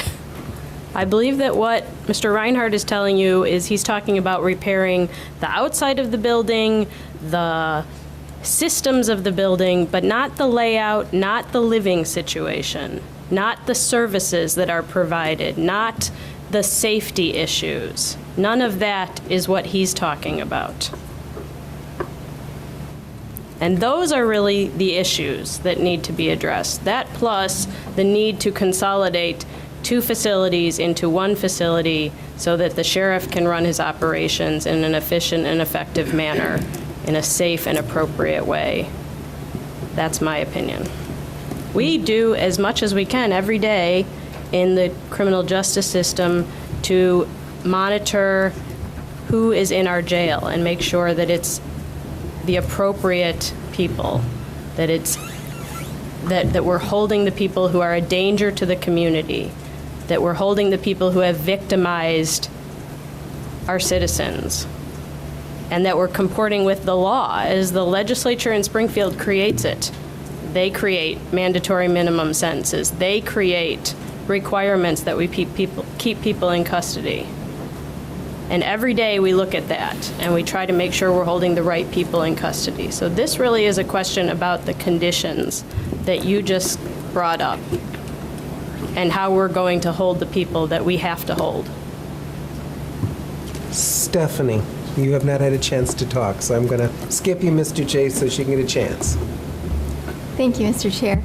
Julia, you did address some of the question that I had, some of the concern, because I I agree with everybody here. I mean, this is multifaceted. It's not just one quick answer. My concern is the safety factor. We have concern of safety for the inmates as well as for the corrections officers. And I don't know if we've really truly addressed that yet. I think we're kind of tiptoeing around it, but the main concern when I visited the jail was the safety of the inmates as well as the corrections officers. Part of the reason for that concern is because there are so many blind spots with the current design that we have. So if we could, for a moment, and I understand rehabbing a property, it's completely different than a house. I've rehabbed a house, and it's retrofitting. It's extremely difficult and very, very expensive. So two things. One, if we do go down that road, I would like to see some type of a bid so that we can compare whether or not this is something that we should do, and if it's completely out of the ballpark, or if we should go to a satellite, if that's going to be something we do move forward on. But the other thing is the safety factor. Is there any possible way in a redesign of that current facility that we are going to be able to keep all parties concerned safer? I think Mr. Fraunhofer actually answered that question, if you're willing to spend the money. Mr. Jay. I can't miss this opportunity, Mr. Chairman. I apologize, but Carol brought up the expenses. One of the things that's, as I've indicated to all of you before, that's been really frustrating for us on the Facilities Committee is that we have not done a very good job of taking care of our buildings. And it's not because we don't want to take care of them, it's because we put everything off because we don't have the money until the crisis happens, and then we go scrape up enough money to get out of the crisis. At some point in time, which is not part of this study session, but at some point in time, we're going to have to make a commitment to put some money aside to take care of these buildings. That's why we end up with this $2 million, because it hasn't been taken care of for the last several years. Thank you. Mr. White. Well, what Carol talked about certainly is an option for this board to do. We could stay with what we have now and pump money into the downtown jail. But as been said, as Ashley pointed out, and actually started with Jane Anderson, it's not going to change conditions. Conditions for the women there are awful, especially when you compare it to the men. There's an inequality there which is not addressed. That's certainly a big issue. It certainly does nothing for the prisoners who have mental problems, who have physical problems. Right now, we're sort of putting them in temporary places which are inadequate. It won't do that, won't help us at all in that. What it will do is give us repair a building which is still inadequate. And I don't think we should do that, and we should not condone female prisoners having conditions which are inferior, particularly compared to the conditions for most of our male prisoners. Mr. James. Well, I said I'd save some for last, but when Lloyd was talking, I've spoken with Lloyd before, and this sort of is to this item, but when I hear Carol and all of them talking, and I too would like to see alternative means. I mean, we have Lincoln Challenge and Rantoul. I think that if we could have some type, but it isn't us. It isn't the county government that has to say so. We have state laws that are mandated that we have to follow, so we do the best with what we have. And when I hear all the comments from the public, and I'm probably going to get some letters on this one, folks I represent, even when I work for public housing, crime is bad, and they wanted their ounce of blood, for lack of a better word. And whether that be people put in jail or not, that's what they wanted. You know, when you're out in the real world and there's a crime that takes place, most people demand action. They want the police to do something. And if the police do nothing, then we hear complaints that, why do we pay for a police force? So it's a big issue, and there's a lot of education that needs to go on in between there. But I feel whether we have an expansion of a jail or not, the dialogue's great. It's been there before my time. It isn't like we're inventing a new wheel here. But I really think we need to sit down and look at some alternatives, like Carol and Lloyd have said, but realistic alternatives. I personally, I've been through the court system. I get mad a lot, but I still have to pay the fines, whether I like it or not. But it's just, that's the way of our life, and then until we can get our state representatives and other people to really sit down and address the issue, I think we're going to have a big headache for many years to come. Mr. Alex? Appreciate those comments, because I think that sort of helps clarify some of the things that I was thinking. Just a few comments. I'm so glad to see, I was very surprised that so many people turned out for the study session, but very pleased. It strikes me that no one in the public essentially has addressed the question of, how do we deal with the problem of the downtown jail, but there's been very eloquent statements made with regard to how we can attempt to reduce the number of people that we're incarcerating in Champaign County. I think the comments from the CU Citizens for Peace and Justice were especially useful. And I don't know, is Mr. Cruz still here? Yes. Is your proposal, has that been made available in paper form, or is that available on your website? I wasn't able to find it on your website. Okay, well, if you could get that to the board chair, that'd be great, because I think your organization put that in a very clear and concise way. I also appreciate the report that Ms. Ammons shared with the board called Jailing Communities. I mean, there are many organizations that have looked into this issue, but I think the Justice Policy Institute's report puts it, in a very, very stark and very clear way. There's no doubt that the national picture is grim, and I think this report does a very good job addressing some of the reasons why. I mean, zero tolerance policies are bad. Clearly, there are, racial disparities in charging and incarceration on a national basis, over-sentencing, mandatory minimums, unnecessary pretrial detention. I mean, this pretty much hits it all. Again, I think, Mr. Cruz, you hit on the rates of incarceration and the increase therein. I mean, if you read the numbers in this report with regard to the city of Philadelphia, it's amazing there's anybody left to walk the streets, because practically everybody's in jail. I do think that it is worth sort of drawing back from this report and looking at the situation in Champaign County. I think we at least need to acknowledge the efforts that the State's Attorney's Office and the Sheriff's Office and the judiciary have done in working together to identify ways to decrease the need for incarceration. I think Ms. Reitz alluded to this earlier. I mean, there are jurisdictions in this country which have not had successful drug court programs, which don't do pretrial risk assessments, which don't do electronic home detention. We, I think, do a fairly good job of minimizing the number of people who are in the jail. One of the things, incidentally, that the JPI report doesn't touch on as a reason for growing prison populations is private correctional facilities. I mean, in some areas of the country, prison is a business. And to our credit, at least, the sheriff said he runs a business. Well, it's a business that loses money. And I think that's a good thing, because it does create a disincentive for us to lock people up. And I think the sheriff and the people who operate the correctional facility understand that. So I think we are working toward minimizing the number of people who we are incarcerating, but obviously there's room for improvement. Another speaker talked about consequences of incarceration, and I think that's probably the worst aspect of this, right? I mean, it's a downward spiral. I've always thought it's ironic that we lock people up for not paying their bills, lock people up for not paying child support. Well, if I'm locked up, I can't get a job, so I can't pay the child support. I lose more. I mean, this is an inefficient and expensive way of administering justice, and I don't think there's anybody in this room who would disagree with that. I was excited to hear the energy in a lot of the public comments. I mean, I think regardless of what we decide to do with regard to the jail, this idea of encouraging dialogue, creating a committee that can look at these issues community-wide, I mean, the more the better.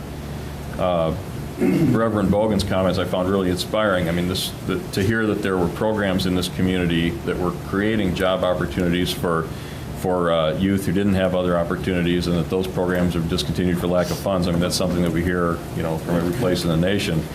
I think I'm probably not the only member of the county board who, while we were listening to those comments, was thinking about some of the programs that the county board or the county has been involved in, that we may have questions about their effectiveness and ways in which that money that is being directed toward other programs might be more effectively spent.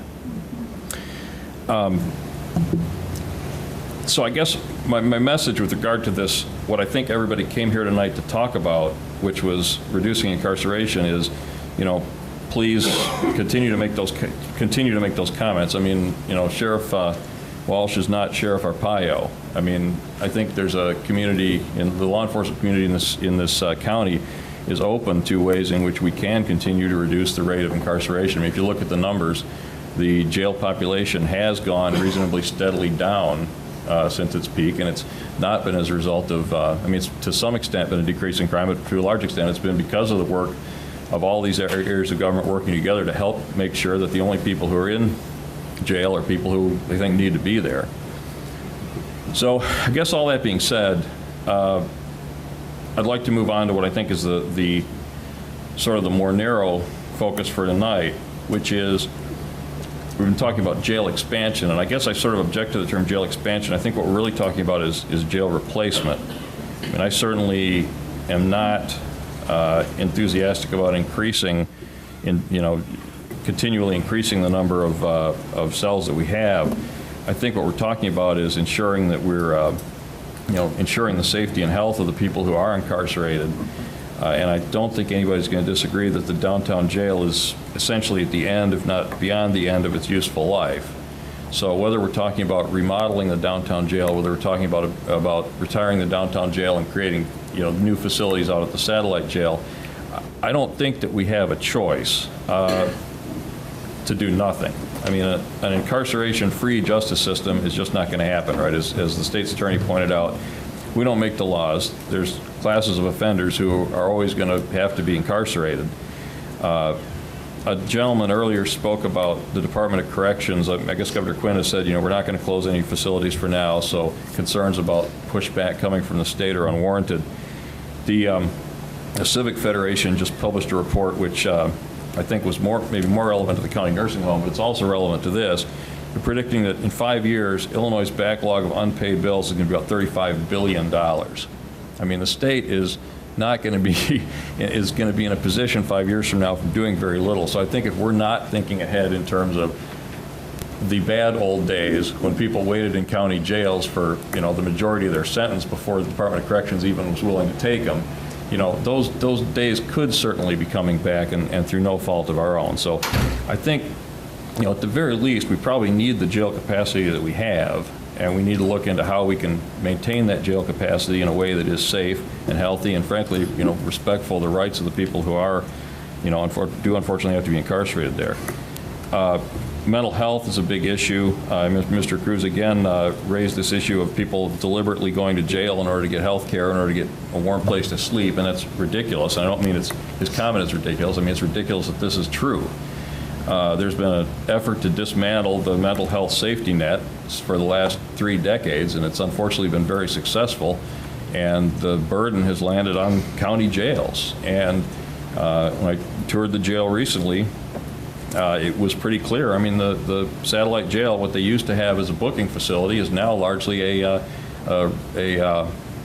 inpatient mental health facility. I mean, you're incarcerating people because they have to be someplace where they're housed alone so they don't harm themselves or others. They have to be kept an eye on every 15 minutes, so they don't hurt themselves. I mean, this is not something that was a problem. This is not a problem that existed when the satellite jail even was built, certainly not when the downtown jail was built, because there used to be institutions in the community that would help those people, and those institutions are gone, and now we're that institution. So, there are changes that need to happen in terms of just being able to meet the obligations that we have, whether we want them or not. I apologize for the lengthiness of my comments. It's no surprise to people who are used to hearing me talk, I guess, but just a couple more comments. I hope that people who came here tonight to speak aren't misled in terms of what we're trying to do tonight. Typically, at these study sessions, it's a very preliminary discussion with regard to how we might proceed in the future. But, I mean, Ms. Avery said, hey, do we have the money to do this? Well, no, we don't have the money, and we're not going to have the money to do this for a number of years. I mean, I think what we're trying to do here is be proactive and look at, hey, how are we going to address this situation in the long term? But I hope people don't leave here tonight thinking, oh, the county board voted to expand the jail, or they didn't vote to expand the jail. I mean, this is still very early along in the process. So I guess where do we go from here? I guess I am sensitive to Ms. Ammon's comments about it maybe being premature to take a straw vote.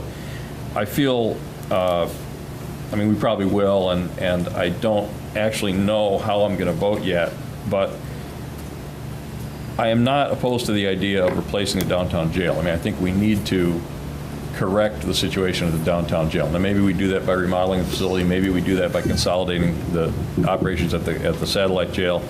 There are a number of costs we're going to have to look at. I mean, there's the cost of relocating or renovating or rebuilding the sheriff's office. Remember, the downtown jail is not only the jail, it's the sheriff's office. So if we were to retire the downtown jail, you know, what would we use that space for? Do we have to build a new sheriff's office in addition to a new jail? I'd like to have more. I think we need to look more at the cost of operating multiple facilities. I mean, as the sheriff could tell you, there's considerable cost involved in, you know, he has to have a certain minimum number of people at each facility to look out for the welfare of the people who are in each facility. Well, that number of people could be more efficient if you're consolidated in a single facility. You're obviously going to save money if you have one set of, you know, employee facilities and one kitchen and one so forth. And then I think we need to look at advantages of reconfiguring the satellite jail. So one thing I think that's sort of been lost in the discussion is we're not just talking about leaving the satellite jail exactly as it is and adding new space to make up for the downtown, to closing a downtown jail. What that would allow us to do is change the way we use some of the existing facilities in the satellite jail. So for example, the booking facility there, which has been sort of taken over as a lot of those cells have been lost as for mental health patients, inmates. You know, maybe that area could be repurposed, and you could use that somewhere. You know, create create what it's doing now somewhere else in the building, and basically take the opportunity to modernize that facility as well. So I think we need to look at all these issues. I don't think it's as cut and dried as, yes, everybody should agree that we need to close downtown jail, build a new jail, whatever. I think everybody should agree that the conditions in the current downtown jail are unacceptable, that the cost of continuing to put good money after bad in that facility in terms of Band-Aids and patches is not an acceptable way to spend our money. But in terms of what we do in the long term, I think there's still room for discussion.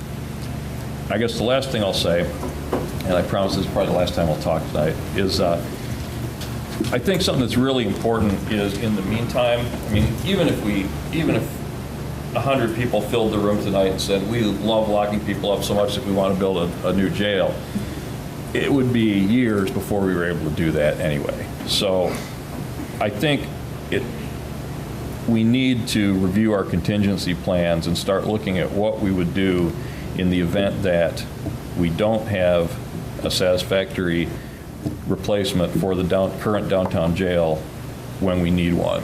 And a little anecdote we learned recently on the jail tour is we almost needed one within the last, this month, because a pipe broke in the ceiling of the downtown jail and came very close to flooding out the control center, which would have meant having to close the building immediately. We discussed a little bit what that would have meant, but basically what it would mean is having to find a place to house the 40 or so people who are currently housed in the downtown jail, you know, immediately. And I don't think we want to be in that position. We certainly don't want to be in that position without having planned for it ahead of time. And I know the sheriff's office has done some contingency planning there, but I think as board members, we need to keep an eye on that and make sure that we have a long-term solution to the problem, but we also need a potential short-term solution for the problem in case the problem becomes a lot more critical sooner than we think it's going to. So with those comments, I appreciate everyone's time, and I appreciate the great comments we've heard tonight. Astrid. A lot of the people who come here saying we incarcerate too many people and blaming the state's attorney, the sheriff, the jails. The real problem, I think, is the legislature. That Koch-funded American Legislative Exchange Council every year comes in with new laws to criminalize more things, to make more mandatory sentences, to make mandatory sentences longer. And it all goes under the radar as law and order, and everyone's for law and order. And people don't realize that it's not law and order, it's destroying society. And they ought to be going after the legislative exchange and the legislature and mandatory sentences and criminalizing uncriminal things instead of, because that's, you have to do your job. It's the law, and we need to change an awful lot of laws at this point. Harold, then Jan. I want to just briefly say that I think I'm clear that the state's attorney has as much discretion as any officer. She's the highest officer. And we've been following that for a number of years. So, Ms. Ammons, are you I wanted to suggesting say- that I shouldn't I'm sorry, charge Mr. people? Chair, I'm speaking, I have the floor. Have the floor. I also want to say that I find it awfully ironic that certainly there's no discussion about, from this study session, what we want from public input. No members have asked that we have sessions so that the public can weigh in on what they'd like to see happen with the facility or what they'd like to be represented in the county jail. Often when I receive letters from folks who have been through the criminal justice system, not one of them have written me about the bugs, not one. Their issues usually with the criminal justice system has absolutely nothing to do with the sheriff. 9 times out of 10 has nothing to do with the sheriffs. And if we assert that downtown is not visually capable of maintaining people, then we've also had issues at the satellite recently where people have died in the satellite jail. These issues can't all be prevented, no matter what you do with the jail. But I think that there has to be some discussion, not in a vacuum, nor should there be ignoring of the real issues and the research that has been done in other places on this issue of jails.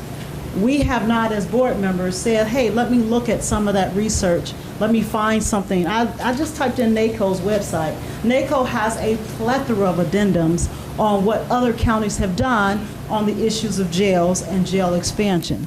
So it's not that the information is there, it's whether the political will is here to go against what's being asked at this point and recommend something different. I feel very alone having to argue this point, that there should be more discussion in this county, that there should be more work put forward on some of the research that is absolutely at our fingertips so that we can find alternatives to the situation. We understand that there are some conditions that are deplorable, but last time I looked, it's mostly African Americans in the jail. And not anybody that I have talked to have sent me any notices saying, yeah, the bugs they get on my nerves, or it's too cold, which was the one I talked to yesterday. But most of their issue is with the criminal justice system, not the facility itself. So I think if we're going to do something about the jail, we need to do something in a broader aspect as opposed to a narrow one. If we put 40 more beds today, the next board will be putting 40 more beds the next week. And soon as you start looking at educational comparisons to how jails are built, which is the research is there, they start measuring how they will build jails based on 4th grade education scores. They know how many beds they're going to build 25 years from now. So I think this board is very narrow-minded in its view. And I hate to say that there's been very little discussion or research, or even if I provided all kind of context, it would seem to make absolutely no difference in this chamber.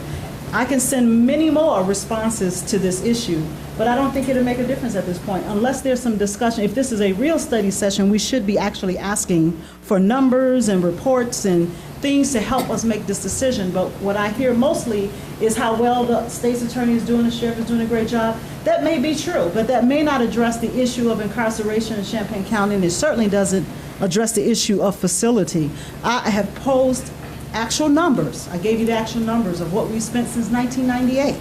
It's not even touched this. Even if you rebuild the whole outside, like we had to do on the post office building downtown, it costed us a good penny because of the outside infrastructure deterioration.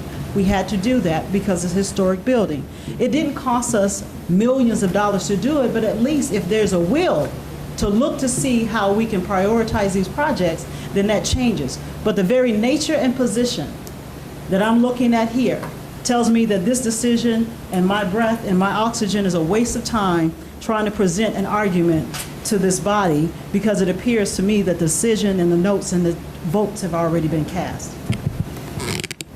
Ms. Anderson.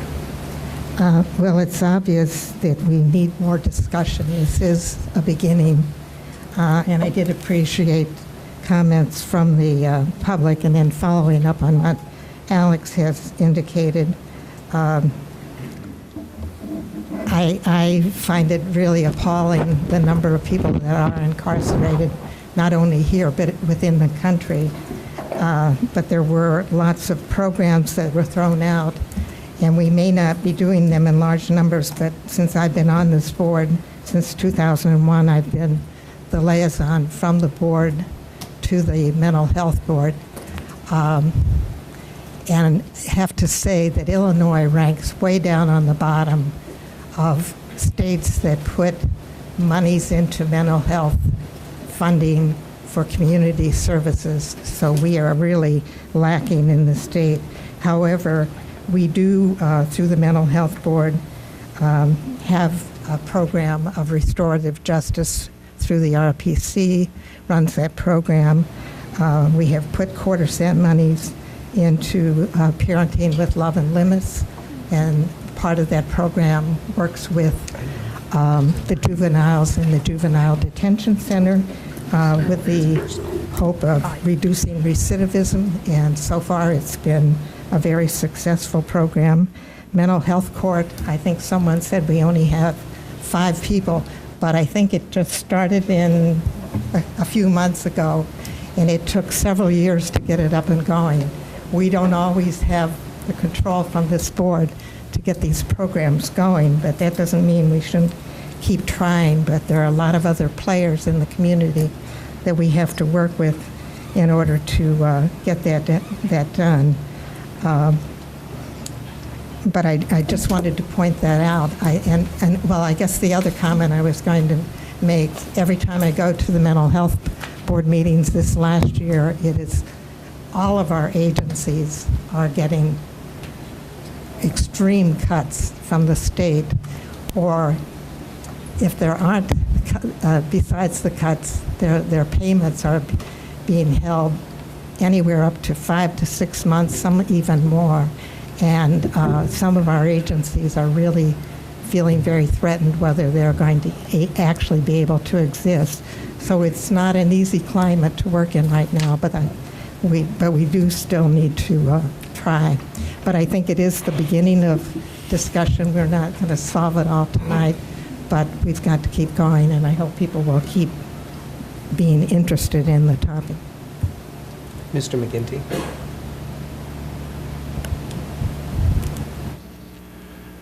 On a personal level and as a board member,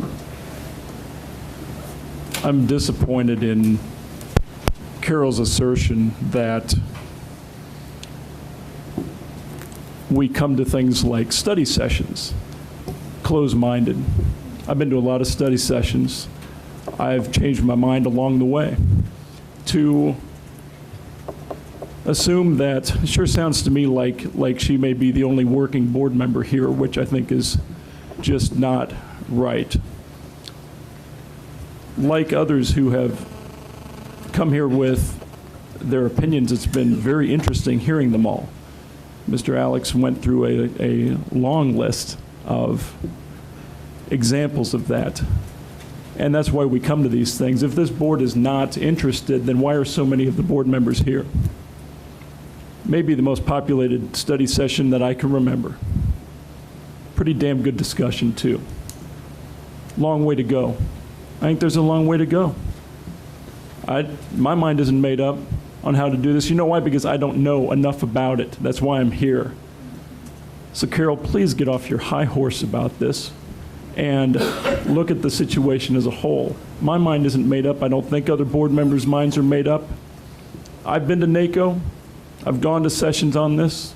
I've been to both the jails, done my homework. But I'm not patting myself on the back about that because that's my job. And so I think a lot of board members take that seriously. I appreciate the work that's gone into making some of those numbers go down over time. Is it where everybody wants it to be? Perhaps not. I don't know exactly what it means because I don't know yet. I hope to get well enough informed to have an informed opinion about it when it's necessary, but this is a study session. should come with an open mind, should come with the idea of learning. I've certainly learned a lot. I appreciate everybody's attendance because it really means a lot to hear from so many people with such divergent views on this topic. Let's keep going. Patsy? I guess I need to ask the chair the appropriateness of asking for an action item. Is that appropriate in a study session? We can't do action items in a study session, Okay, period. then let me phrase it another way.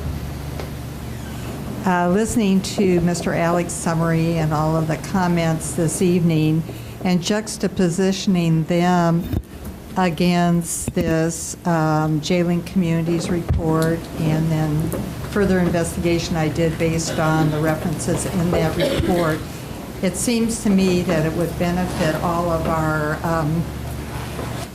decision-making to get more information, as Mr. McGinty just referred to. And to me, that would be to somehow garner together the important actors in the social justice system within the community to sit down and either talk to us here at a county board meeting in a task force format. I don't care how it happens, but to let us know the possibility of improving what already is happening within our community, which does seem to be moving in a very positive direction, picking up on some of the suggestions and implementations that are in this report.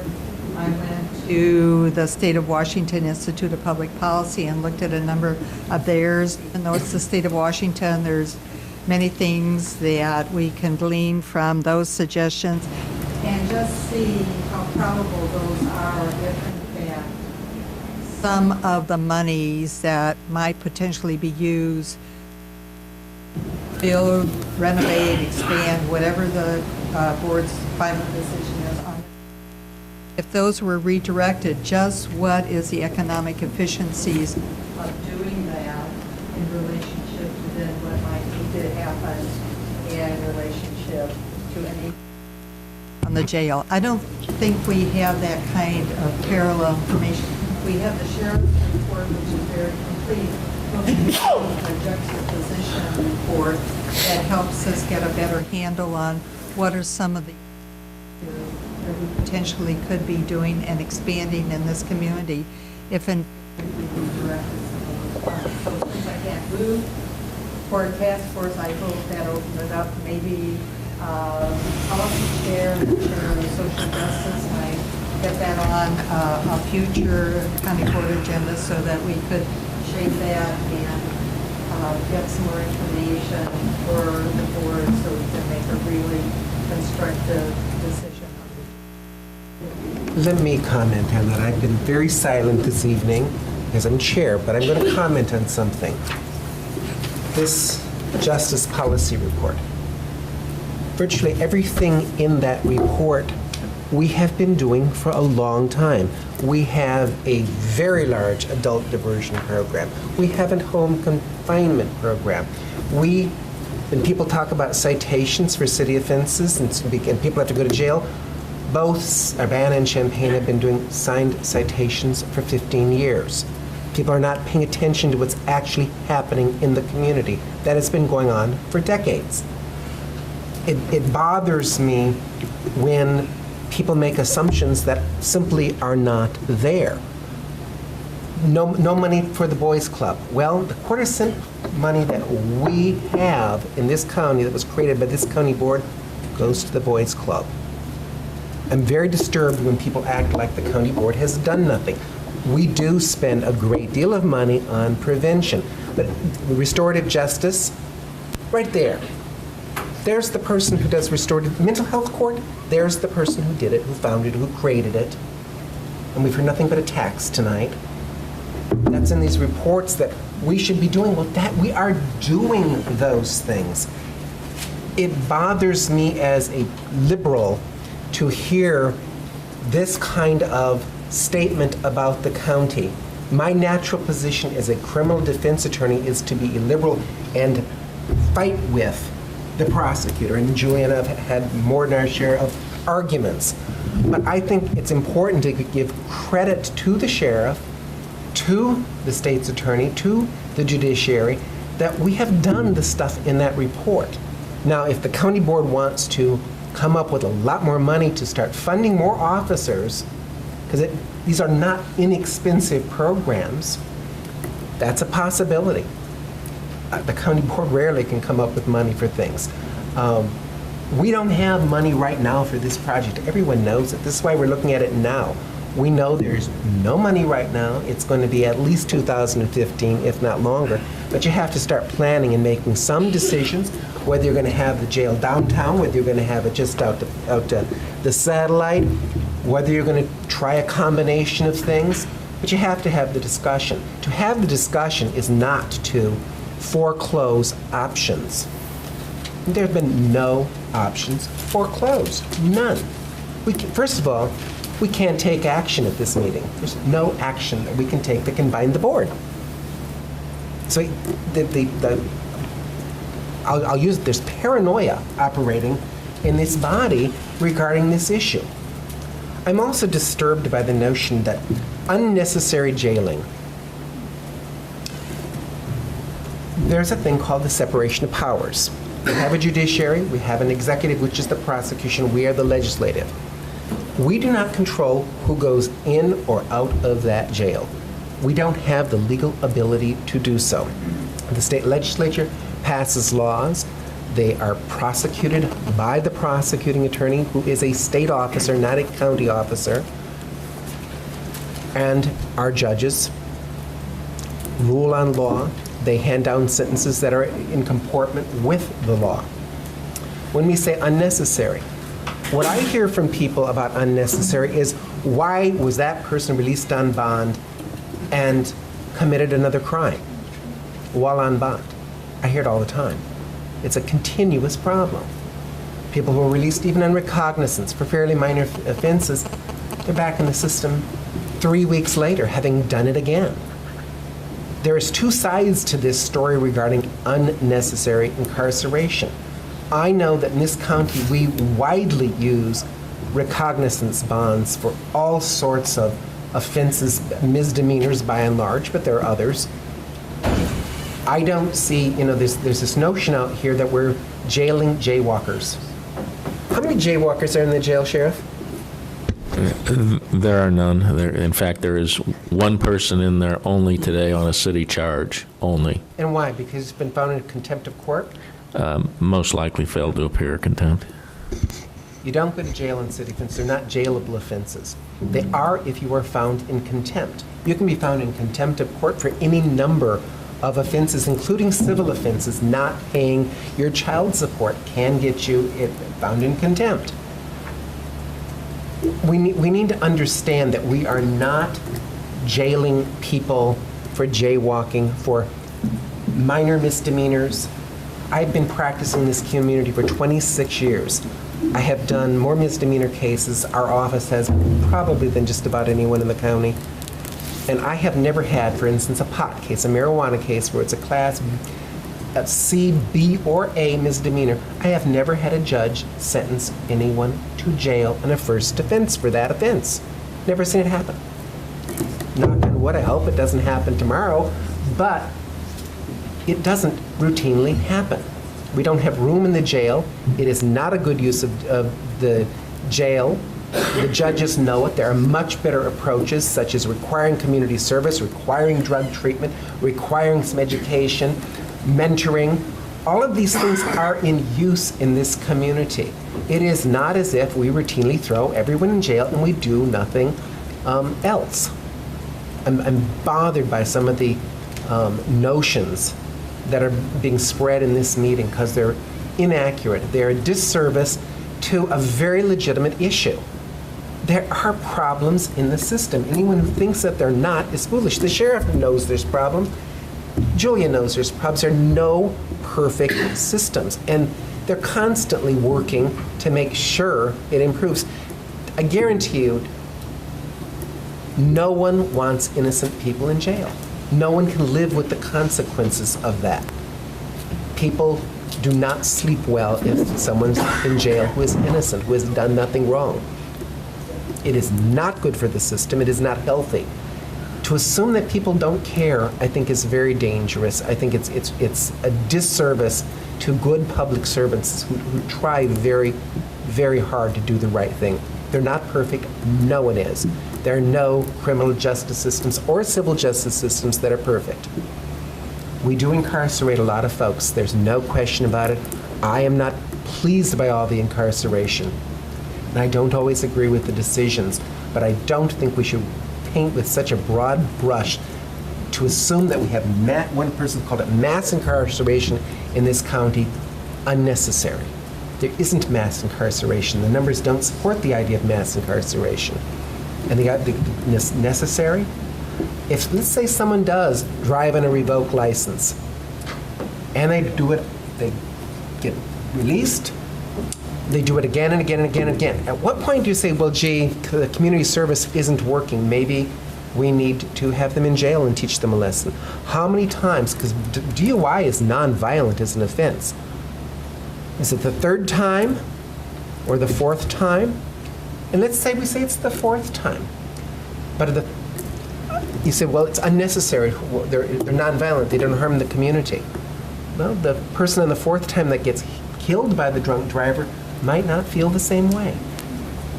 We need to keep that in mind, that people do commit offenses. There are behaviors that should receive consequences.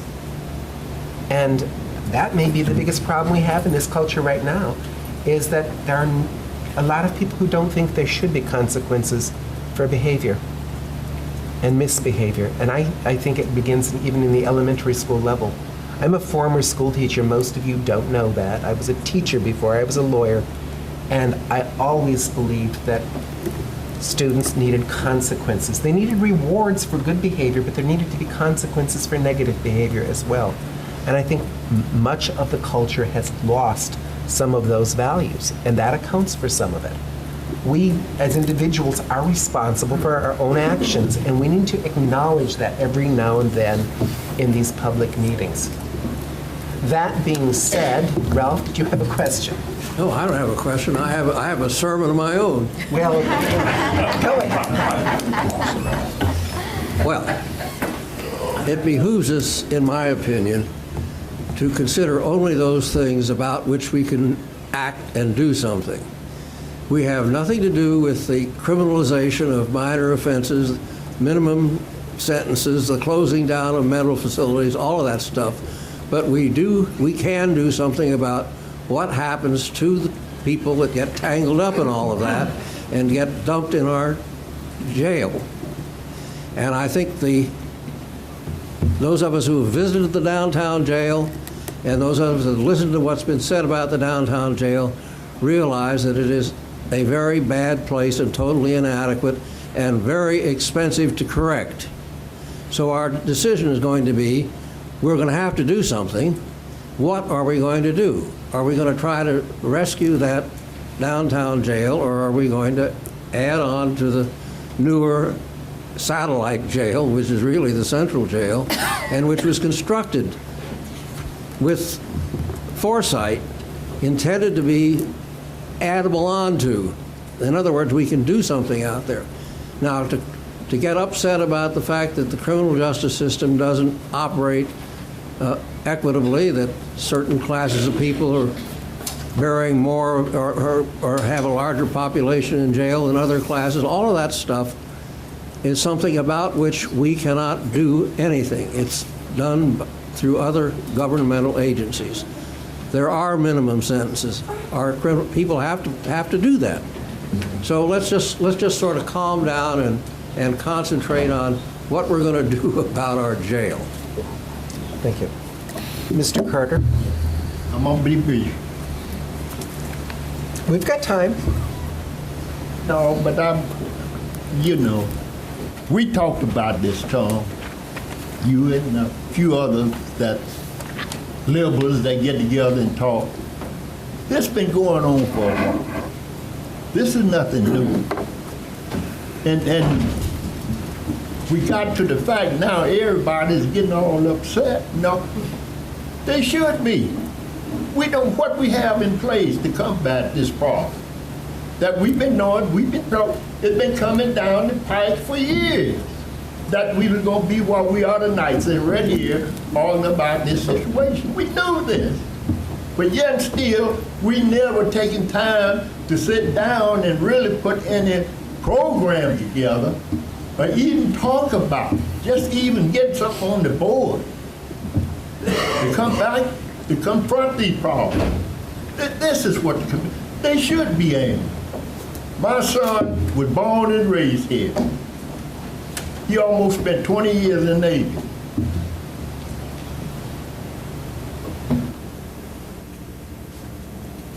It hurt to have to say this. When he got out of high school, he didn't want to stay here. He said, "Dad, I don't want to stay here." He got in the college program and went in the Navy. And he's retired. But what a kid can't live at home, and I have the opportunity to live and enjoy my children. They got to leave because we don't have anything to offer. But sadness and jailhouses.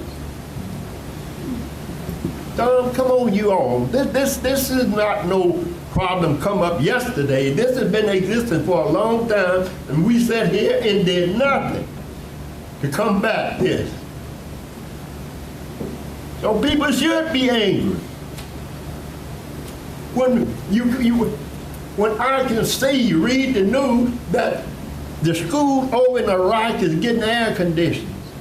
Here our kids head out. You got to send them home when they get hot. You take the programs out of school. Can't even afford to, come on, Lord have mercy. We can't hardly can afford to educate our own children. Then the tanks, you're building tanks now that you got to be a mastermind to even load the bullets in it. All of this stuff, I'm just making a parable of this one thing, but just looking at high tech that everything is getting, that the young generation is going to have to confront. And we not even educate them to take on that task. So I can see how people are angry. They should be. And we need tonight to start to putting something in place that we can see that the next generation won't be sitting here arguing about the same thing we are arguing about. This is ridiculous.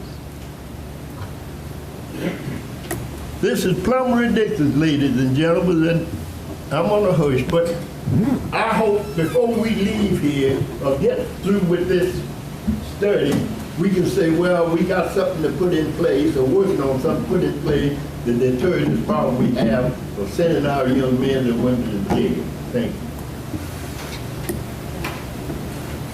Just a second.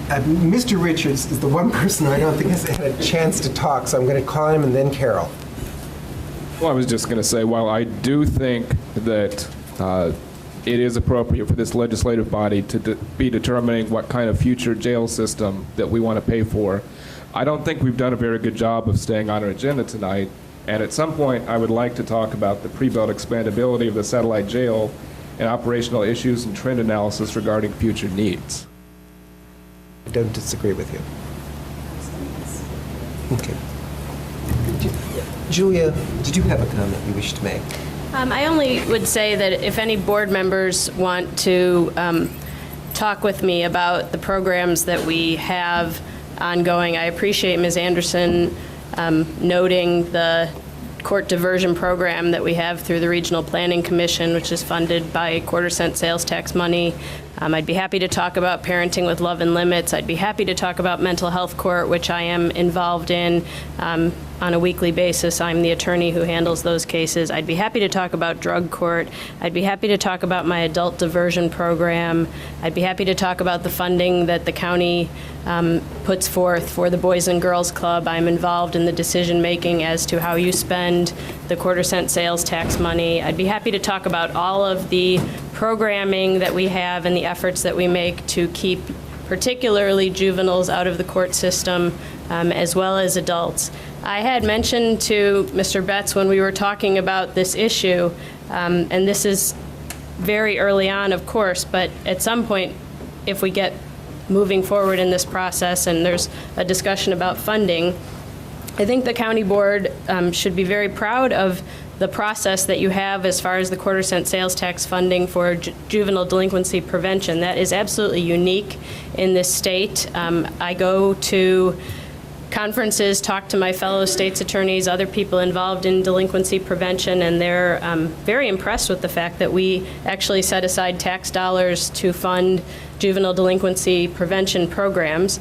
And I would think that if we're talking about sales tax funding or some other tax funding mechanism for an addition to the satellite jail, that it would be appropriate to consider that for adult prevention programming or reentry programming or something of that extent. I mean, there's all kinds of options out there, and I think the programs and issues that people have brought up are absolutely appropriate to discuss, and perhaps there's some way to add that in as a part of the funding mechanism to increase the opportunity for those programs.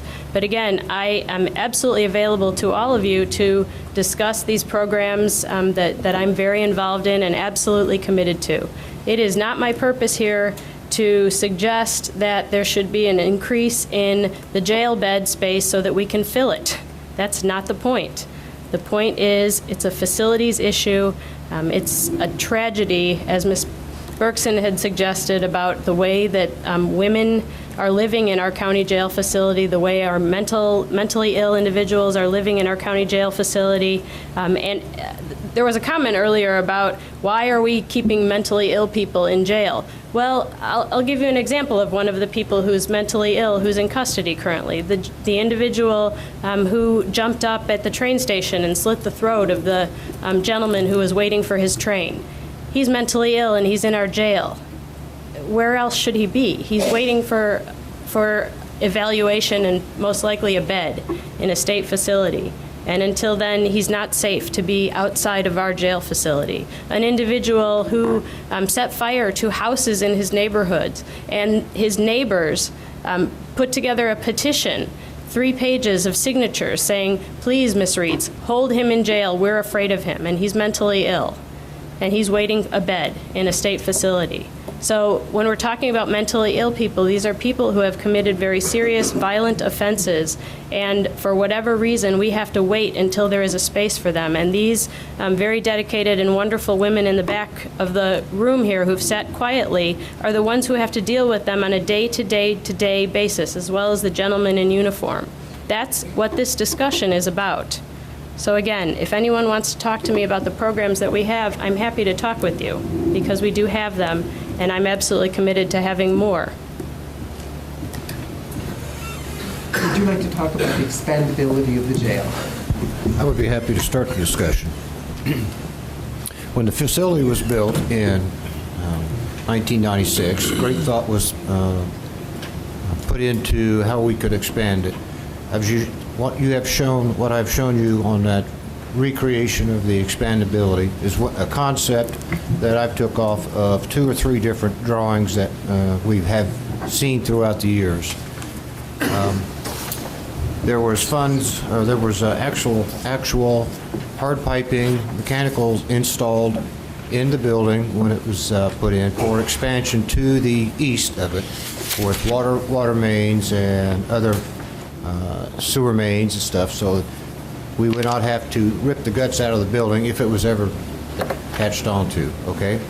It was positioned on site so that there was plenty of room in either direction. Expansion can be made without modifying any of the earthwork that's there or the drainage. And the systems were designed, componentized, as opposed to the way the 80 jail was, where we have a water heater and a boiler for the A pod, a water heater and boiler for B pod. We have no water mains or anything running over the top of the master control, so if there's another flood or minor, there's no damage. We will not shut our building down from that kind of cause. So all kinds of those ideas were thought of. The programming, I'll have to leave the sheriff to speak about that and how his operations work. But the building, the precast construction is still common and used. There is another option that could be considered if it ever comes to that. But that's all I have to say at this time. If there's any questions. Pius.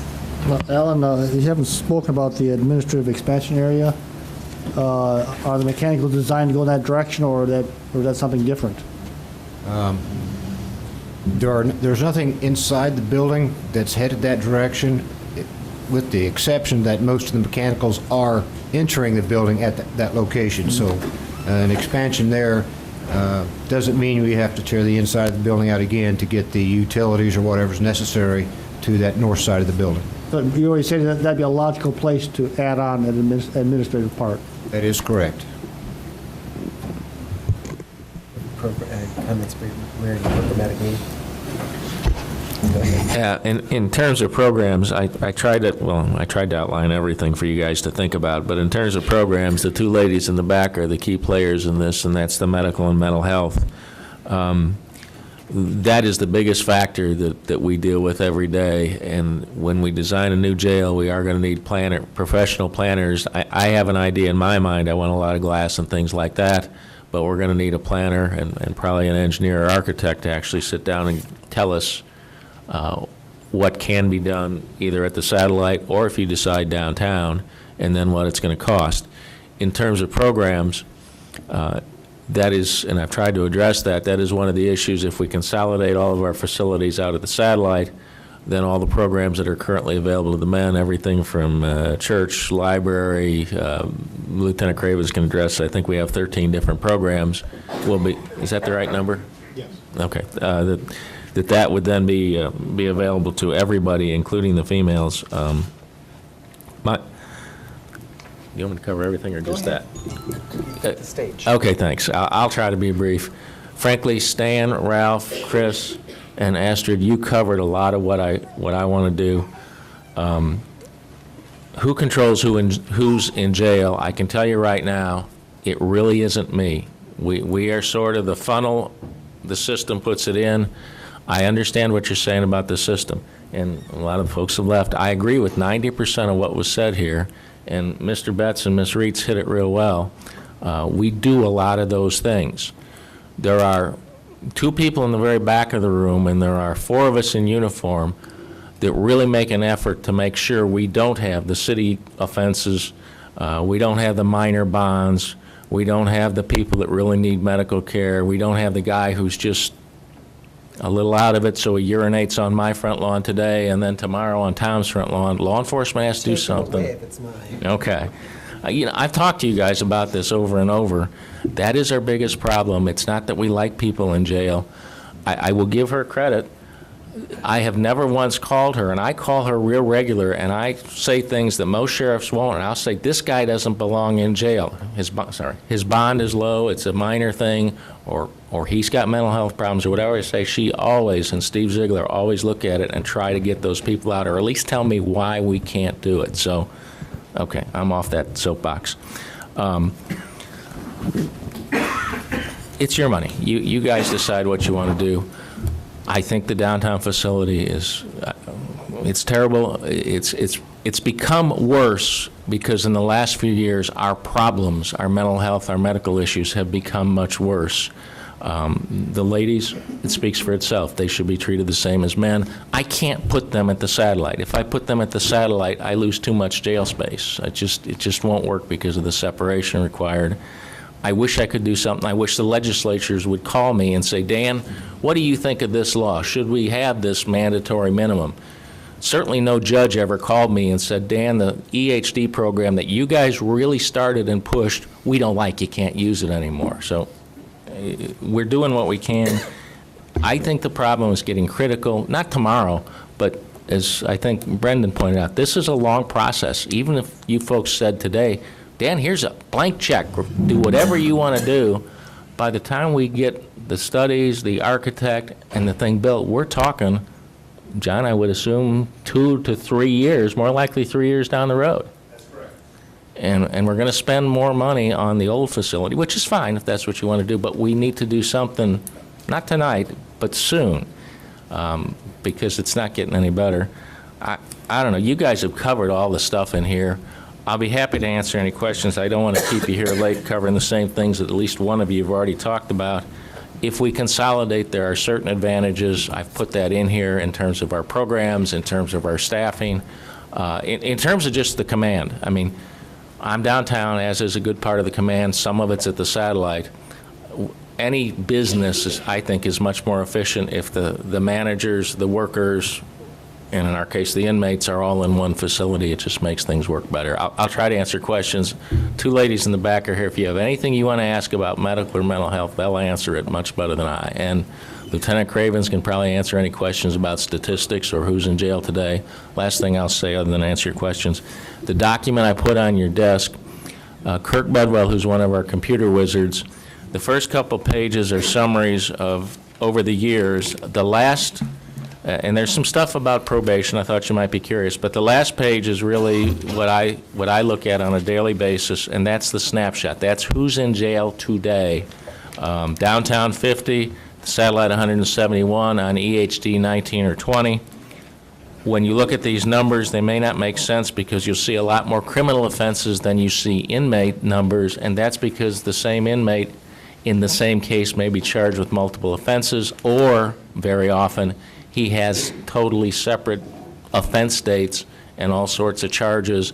Some have city and state and also civil matters. So I'll try to answer any questions, or these guys will. Jail superintendent's here too. Lorraine has been waiting a long time. She hasn't had a chance to talk, so Lorraine's next. Okay, I went on the tour of the downtown jail, and the conditions was very deplorable, and it's all because of lack of maintenance. I could see that it probably was no major maintenance like painting or repairs did to that jail for have to be at least 15 years or more. And my concern is we've got this quarter cent money, and I want to know why that money could not have been used to help maintain the conditions of the jail. It's being used to pay bonds. Yeah. Oh, I'm glad you said the word bonds. The major maintenance and that kind of stuff is not a function of the sheriff's office. The county divides that out. But that building inside has been painted. Alan can probably tell you that, and Deb can talk about the financial issues. I believe that's been a big part of it, but it's not exactly within my control. He mentioned bond. Lloyd, you asked me about the cost to hold an inmate. As you guys think about this thing, that does not include any financing cost or interest, basically. So it's just our actual, you own the building, this is what it costs. I'm sorry, I forgot to say that to Lloyd. Stephanie, then Carol. One of the issues we keep hearing over and over again are the mental health issues, and that has drastically changed in our state. And I believe it was maybe back in 1998 when the state mandated the closure of many of the state-held mental health communities, therefore releasing them into society. And so therefore it's caused a lot more difficulty in our prison system. So could we have someone address some of the issues that go on with the mental health residents? We have 2 experts in the back of the room. If you could use a mic so that we can pick you up. Go ahead. I'm not really sure what you're looking for. What I'm looking for is statistically, what have you seen an increase in more violence because of mental health? Are we seeing, I think what I'm hearing is we're getting a larger population from the mental health community. So what is it that you're doing in the jail to help subdue, so to speak, their actions? And what are we doing in the county that's helping to find different placement for them? In the jail, our focus is crisis intervention. If we had the resources, certainly there would be more therapy.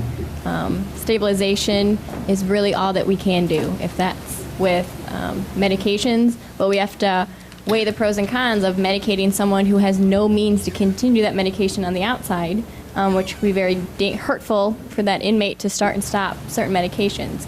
So if there's no means to continue them, then it's just doing our best as often as we can for that one inmate to provide very brief, solution-focused counseling with that inmate. We start discharge planning day one when that inmate comes in the door. What resources they have? Do they have a source of income? Can we hook them up with outside agencies? We can't do case management because, again, it's crisis intervention. There's enough crises every day. There's that list of just one day what we have to deal with. Those are just the major mental health disorders. I didn't even have time to get into the substance-related disorders that we have in the jail. But discharge planning is from day one, and it's what resources do you have that we can really just get them to see the benefits of engaging in counseling. A lot of the angry males that we have incarcerated, it's just learning that maybe you have some other emotional disturbance, and if you deal with this, you're less likely to recidivate. You're not going to hurt someone else if you deal with these issues. But again, all that we can do is crisis intervention here. Go ahead. So during that crisis intervention, are you seeing a lot of the same people again be released back into society and then again committing crimes, and then they're again placed back into your care for, again, crisis intervention? So if that's the case, when you're releasing them back into society, is there a reentry program or anything, maybe this is also for Julia, what we're doing countywide to help these individuals be more successful in our community? I do see in the time that I've been in this county, I certainly do come to know a lot of the inmates and see the same ones coming through the door. We've gotten them stabilized, but we can't help them beyond our doors. And if they choose not to engage in services, or there was a 3-month wait for services, and in those 3 months, we've seen them a few times. But I can't really speak to the outpatient services. I'm not a big part of those. But I see a lot recidivate for the same offenses. Well, and that is one of the purposes of mental health court, and Harmony is part of the mental health court team. And so if we have individuals who are in custody who are appropriate for mental health court process, then the goal is to get them the supports that they need and then release them and have that support ready for them. We just did that actually yesterday with an individual who was in custody. Made sure he had the supports available, and we'll see, if he can maintain outside of custody. But, he's an individual who had at least 4 cases pending involving a variety of offenses, some more minor and some involving violence towards his mother. And so, we'll see where we go with that individual case. But definitely services on the outside are a significant issue, but that, again, is one of the purposes of mental health court. The sheriff and I actually went, and Lieutenant Cravens also came, and we had a meeting with a variety of service providers who are involved in homeless issues and homelessness prevention, because we've seen a number of people arrested for criminal trespass or other offenses who are homeless, and so we went to them and asked for their help in, how do we deal with these issues and what resources are available there as well. Unfortunately, we didn't come up with any great solutions, but the discussion was there and will continue. So both of those issues oftentimes go hand in hand. Mental health and homelessness are definitely issues that we have to deal with. Officer? I just want to clarify and make sure you understand, when Harmony speaks of crisis intervention, that's legitimately what that is. There's not a make an appointment, come sit down in the office and spend a half hour or so on these issues. The staff that we have with the mental health is phenomenal in the multitasking that they do, and it's basically done on the fly, place to place. It's not a counseling service. So you keep that in mind, that it's crisis intervention, and they're very good at what they do. Carol. This study session tonight presents options in relationship to expansion and pre-design planning. Is there going to be an option where we can look at some of the figures? After all of the discussion, I still have no figures as to what the actual costs of repairs would be as opposed to actual costs of building would be. So we don't have any actual figures for any of it, just kind of narrative. I think those could be obtained. I think it will involve having to spend some money, and that will require a budget item to make that determination. If what the board wants on facilities committee is a recommendation that we do a comparative study in terms of the cost of repair and remodeling versus new facility, that would be something that could be put on the agenda, and it is not free. And that's okay. I don't even know what the cost would be. More information, we have to have Sure. an RFP for that, too. Okay. Can I talk about the Sure. cost? John might be able to address some general issues, but also I've talked with a jail planner just to get ballparks, and I hope this is high. If you're talking about a jail planner and an architect to actually lay things out and give you very precise cost, you could be talking about $100,000 or even more than that, Carol. But John might be able to talk about some general numbers less. No, I wouldn't suggest anything less, not for accurate information. Yeah, I said, what if we went just a jail planner first to talk about what we need? And I mean, we're talking population. I've given you my best guesstimate for the future, but in terms of programs and things without an architect, and even then she says, well, maybe 50 to 70. So just to look into it's going to be expensive, I'm afraid, very expensive. And that's looking at either alternative. Yes. Yes. Carol, go ahead. I can just follow up that of something of this magnitude, I think the study, 100,000, we've spent money on lots of things, but this is such a huge issue for the community. To not do a comparative analysis, I think would be injurious. I think we really need to do the comparative analysis so that we can get all of the figures. And in the meantime, of course, we know we have to maintain and address conditions at the downtown facility, but to move without it, I don't know how to vote without a comparative analysis of not narrative, but actual figures. Before I will call you, Carol, if you could, because I work on the agenda, if you could state for me specifically as an agenda item what you want. I will try to get it on the agenda, and we can have that discussion about whether or not we should have a comparative analysis, but I wanted a more direct phrase. I think we should instruct the administration to develop an RFP to do a comparative analysis study of the cost for renovations of the downtown jail and the cost for a complete build and all of the aspects for a new facility. And I'm assuming when you talk about the downtown jail, that would be complying with all modern penological standards and the functional uses that the jail I'm should sure have. there are multiple options to build. I spoke to a firm that's out of Missouri that are engineers and architects, and they've shown me there are many options to build. And so I for have us to have no those problem putting that item on for action at the facilities meeting. Astrid was next, then Patsy. 100,000 is less than 1% of what we're talking about spending, and any engineer ought to say that should be a good investment to know what we're doing. Patsy. I would like to expand on Carol's request. In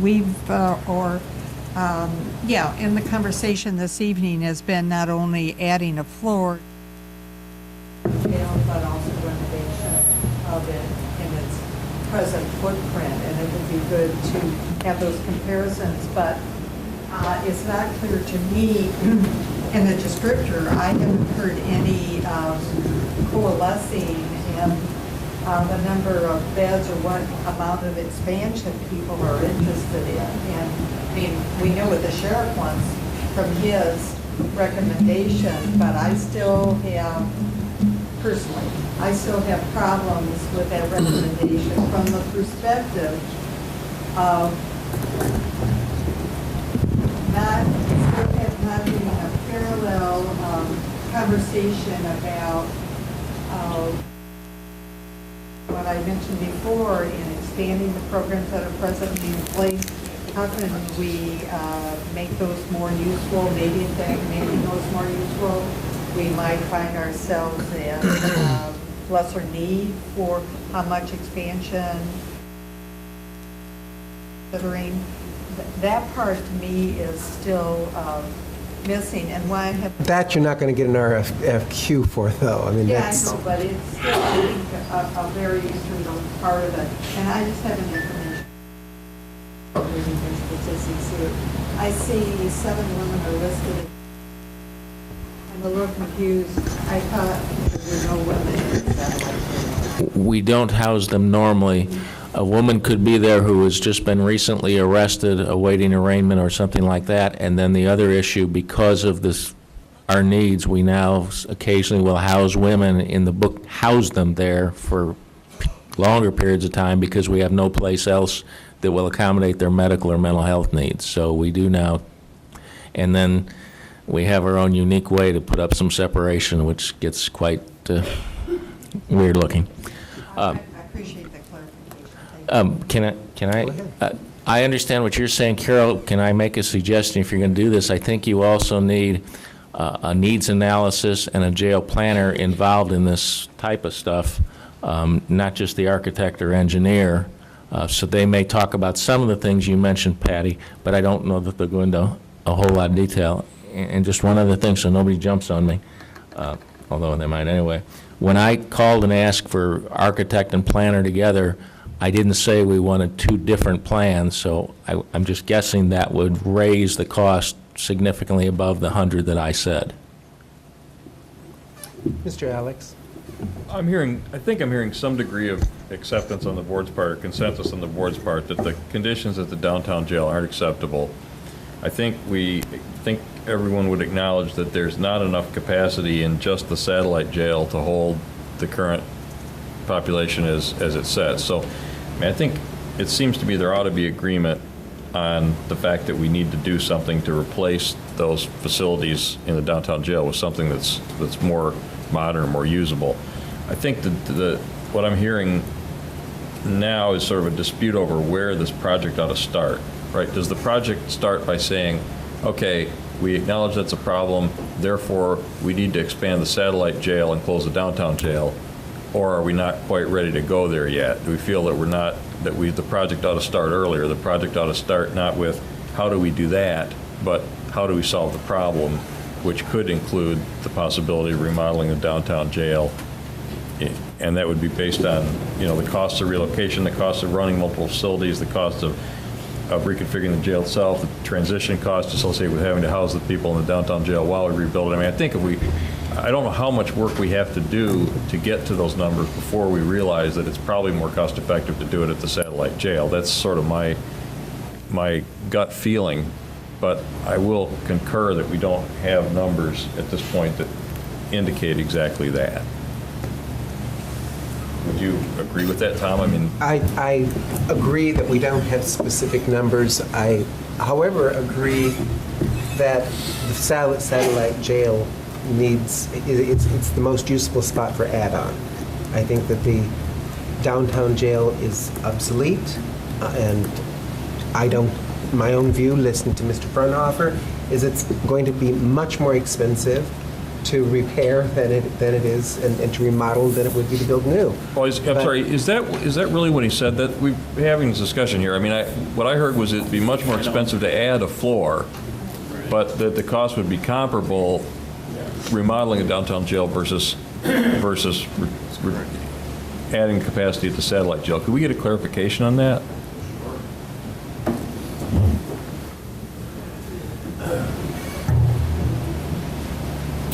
If you're going to add floor space to the downtown jail, significant floor space. I don't think that anybody's considering that. Okay, good. But that's where the cost premium is if you did that.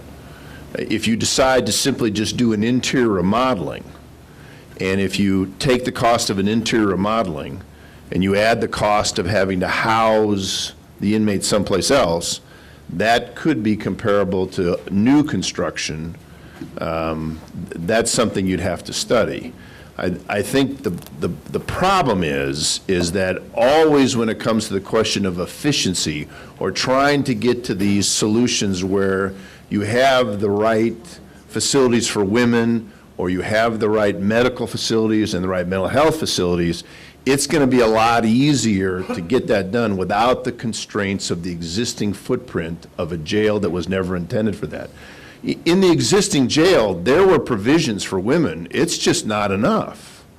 And at that time, jails were never intended to be hospitals or mental health facilities.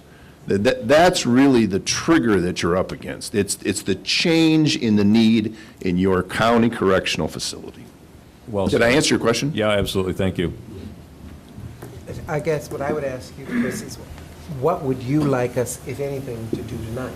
Do you want a straw vote? Do you not want a straw vote? Do you want to have the agenda? You know, I'm going to put the agenda item that Carol requested because she's requested, and I put things on the agenda that people request.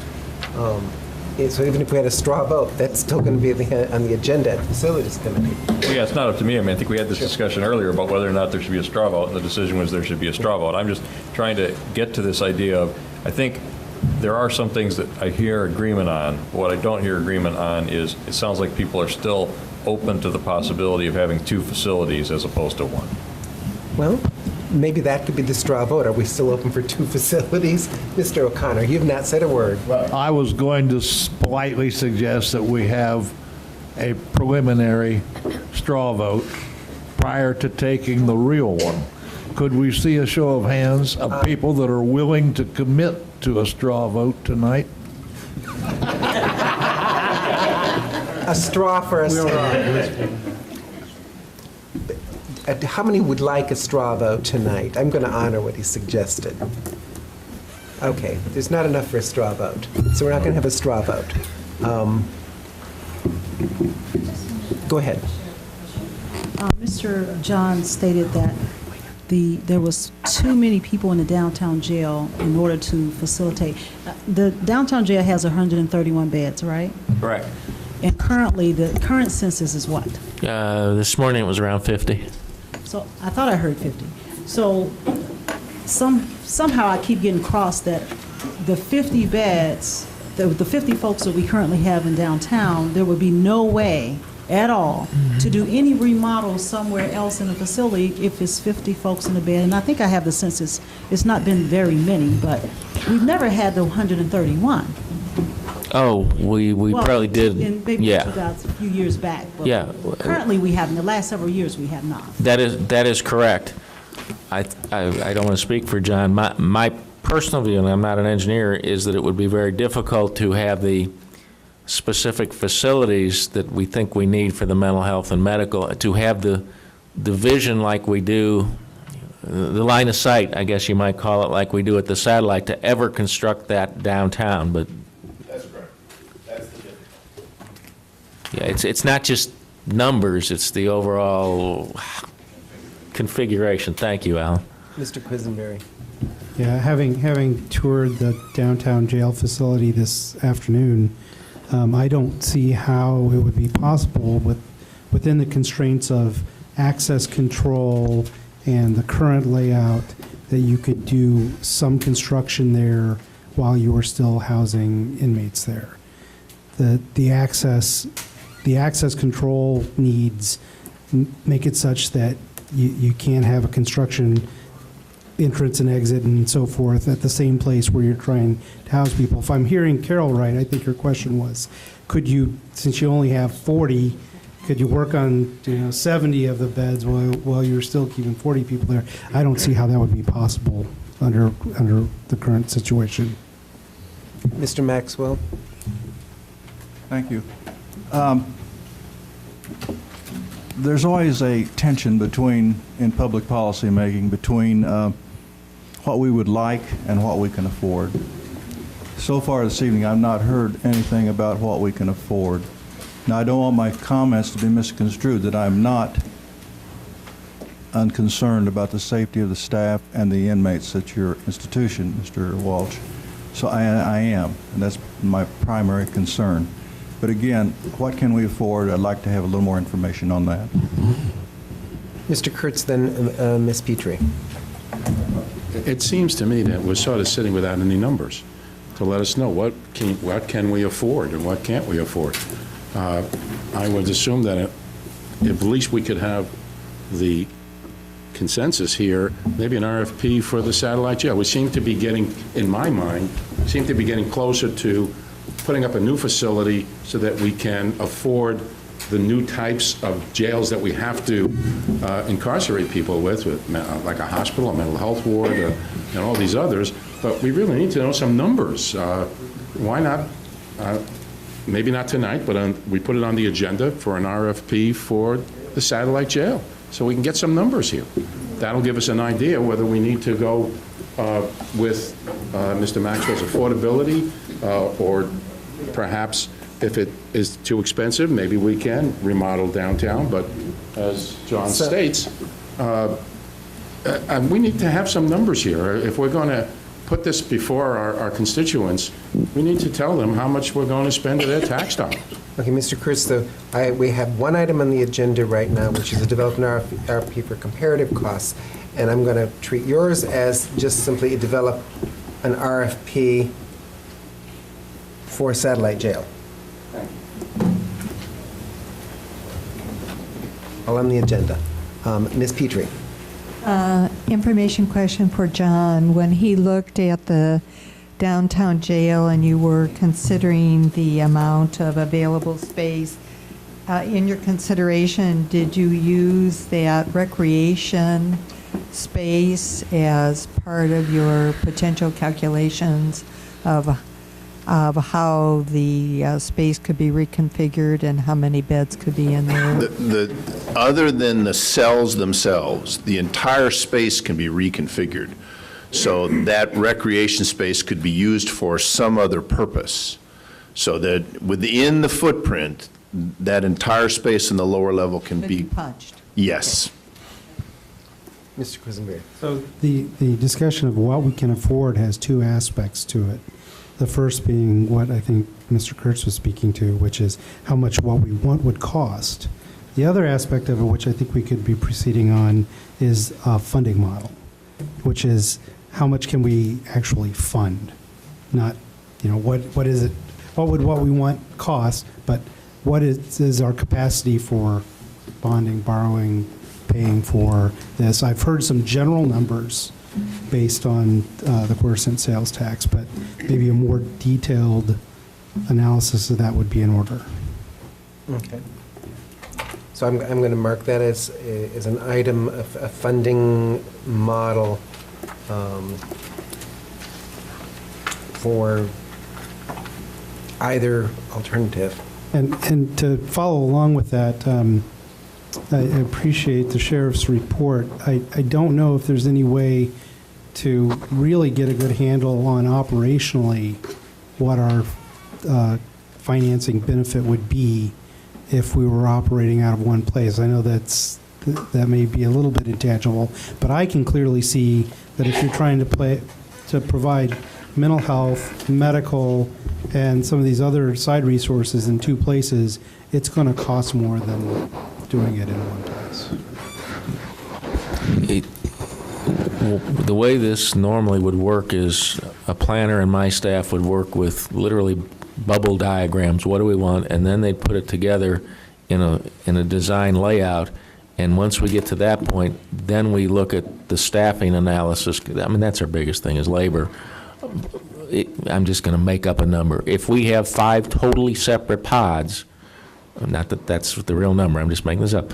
Well, then we know we have 5 stations that have to be manned 24/7, and then there has to be a relief and an emergency factor for those 5 stations. So the planning, I'm sorry, I think the planning is required before we can even do any kind of other than just wild guesswork, cost analysis of the two.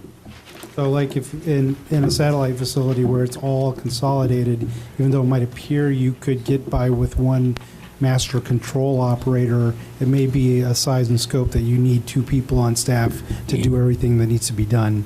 Yeah, towards the end of my report, I went through some of the issues I thought we'd have to, and maybe I missed that one, but yeah, during the day, the master controllers would be so busy, even moving another, let's say, 50 inmates out there, and let's just arbitrarily say it's 2 housing units. I think, in disagreement to their staff, I think the master controller would be so busy during the day that we'd still have to have the 2 people. At night, though, we might be able to cut it down to 1 when, under normal circumstances, things are locked down. You guys got any comments, since you deal with it daily? No, I think you're absolutely right. What you've got in the daytime, you've got 3 civilian control staff essentially with the interface with the public, and that is going to maybe drop to 2, but that dependent, as he says, the staffing allocation is going to be based upon the design of the facility. Thank you. Sorry. Go ahead, Mr. Curtis. Okay, thank you. This may be a little bit far-fetched, but last night I attended, and I think Dan was there as well, the Farm Bureau's 100-year annual banquet. And they had a survey, a question survey on the table. And I noticed one of the questions, which caught my attention, was how do we fund a new jail? And they had a multiple choice. One of them was property taxes, I think. Right. The other was other, and there was some sales tax or something of that sort. And I asked Brad Yukin this morning if they had tabulated that on how we might be able to fund. They haven't there were over 360 responses, and they're tabulating that now. I'd like to bring that information back to the board just to give an idea of the sense of our community. There were over 400 people there last night that attended that Farm Bureau, many of them from our county. And I thought that was an interesting question that the Farm Bureau asked to respond from their constituents. So I will bring that to you once I get the numbers. It might be helpful as for James to where the funding might come from. It might be a consensus that might help us with that information. Sheriff, you just made a statement a few minutes ago that you thought the planning needed to take place before we were looking at RFQs for comps and what have you. Could you expand on that just a little further? Yeah, it sort of goes to what we were just talking about. If you guys say, let's look at our options, and then we're going to spend some money to do it, then we would try to hire a qualified jail planner, somebody who's done a lot of this stuff, and they would literally sit with myself, superintendent, lieutenant, and the mental health people, and everybody else involved, the kitchen people, and we'd sit there and say, here's what we think we want, which is in the best interest of our inmates and also be efficient and safe for staffing. They plan it out, and it's literally called a bubble diagram, and then they start, the planners, as I understand the process, will literally give us some very rough diagrams, and then the engineers and the architects will refine that as they go, if that answers the question. That would be item C under this. Issue RFP to hire consultant team to conduct needs assessment and pre-design planning. Yes, and then that would also go into what Patsy's talking about. I mean, I gave you my best guess, but you may have a expert come in here and say, I'm way off base, I'm too high, I'm too low, and you ought to listen to what they have to say, too. Mr. Schrader. Thank you, Mr. Chair. We've heard a lot of ideas, both from our audience and from here on the board. And I might take it maybe too far, but I'm not there yet, but I think we need some discussion, or maybe not discussion, but I think we need maybe some cost estimates, but that would be the dip. And I'm not saying I'm ready to go there. I'm not ready to straw poll tonight. But I'm just saying, if we're going to look at all of our options and everything, I think we need to be prepared with a disposition, if we so decide, of the downtown jail. Whether it's raised, whether it's sold, whatever, I think that needs to be figured in what we're doing also. I don't disagree with you. In the past 6 months when we've talked about this, when we were in Colorado and during sessions that we've worked on, that has consistently been something we've discussed, is what you do with that facility. And I think Patsy's next. Yes, I'm still trying to figure out how to get some, wrap my head around, out of the quarter cents, how much of this is going into the many programs that have been. Current quarter cent, 5%. 5% of the current quarter cent goes to youth detention, post-detention, and prevention programs. Together? That's just for the youth. That one is no, that. I'm trying to get my head wrapped around that in relationship to, for me, that's important to figure that out as we look at the cost or actual physical structure, because some of what I'm trying to balance is if there's any merit to an argument shifting some of those costs for the physical structure over to be more supportive of the social side. Adult diversion is part of my office. That's part of my budget. The quarter cent sales tax money is juvenile delinquency prevention. And all those programs are funded either by quarter cent sales tax money or mental health board funding. And the mental health board has a variety of programs that it funds in addition to juvenile delinquency prevention programs. In fact, I remember when Peter was applying for that big, huge grant, they used part of that money as a leverage. Mr. James. I was just going to say, Deb Busey's here. She could give us an exact number of how much money out of that pot's going toward those programs. Deb, don't give an exact number, but a rough number. That's what I said.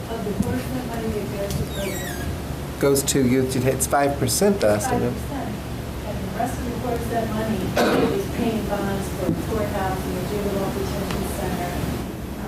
There is assistance technology, which is probably about on a 5% level as well. Otherwise, the quarter cent money is used entirely to pay our bonds. The only other operational cost is paying for utilities for the public safety facilities. That would be paying for the electric and gas bills for the public safety buildings. Carol. I also wanted to ask for the facilities piece. One of the things I really appreciated about the Olympian Fields project is that we had all of the public sessions for all of the presentations throughout the county. I'd like the chair to include also on the discussion about other sessions that can be held outside of these chambers for the public to come throughout the county to weigh in on whatever proposals, issues, or even concerns that they have about the jail itself.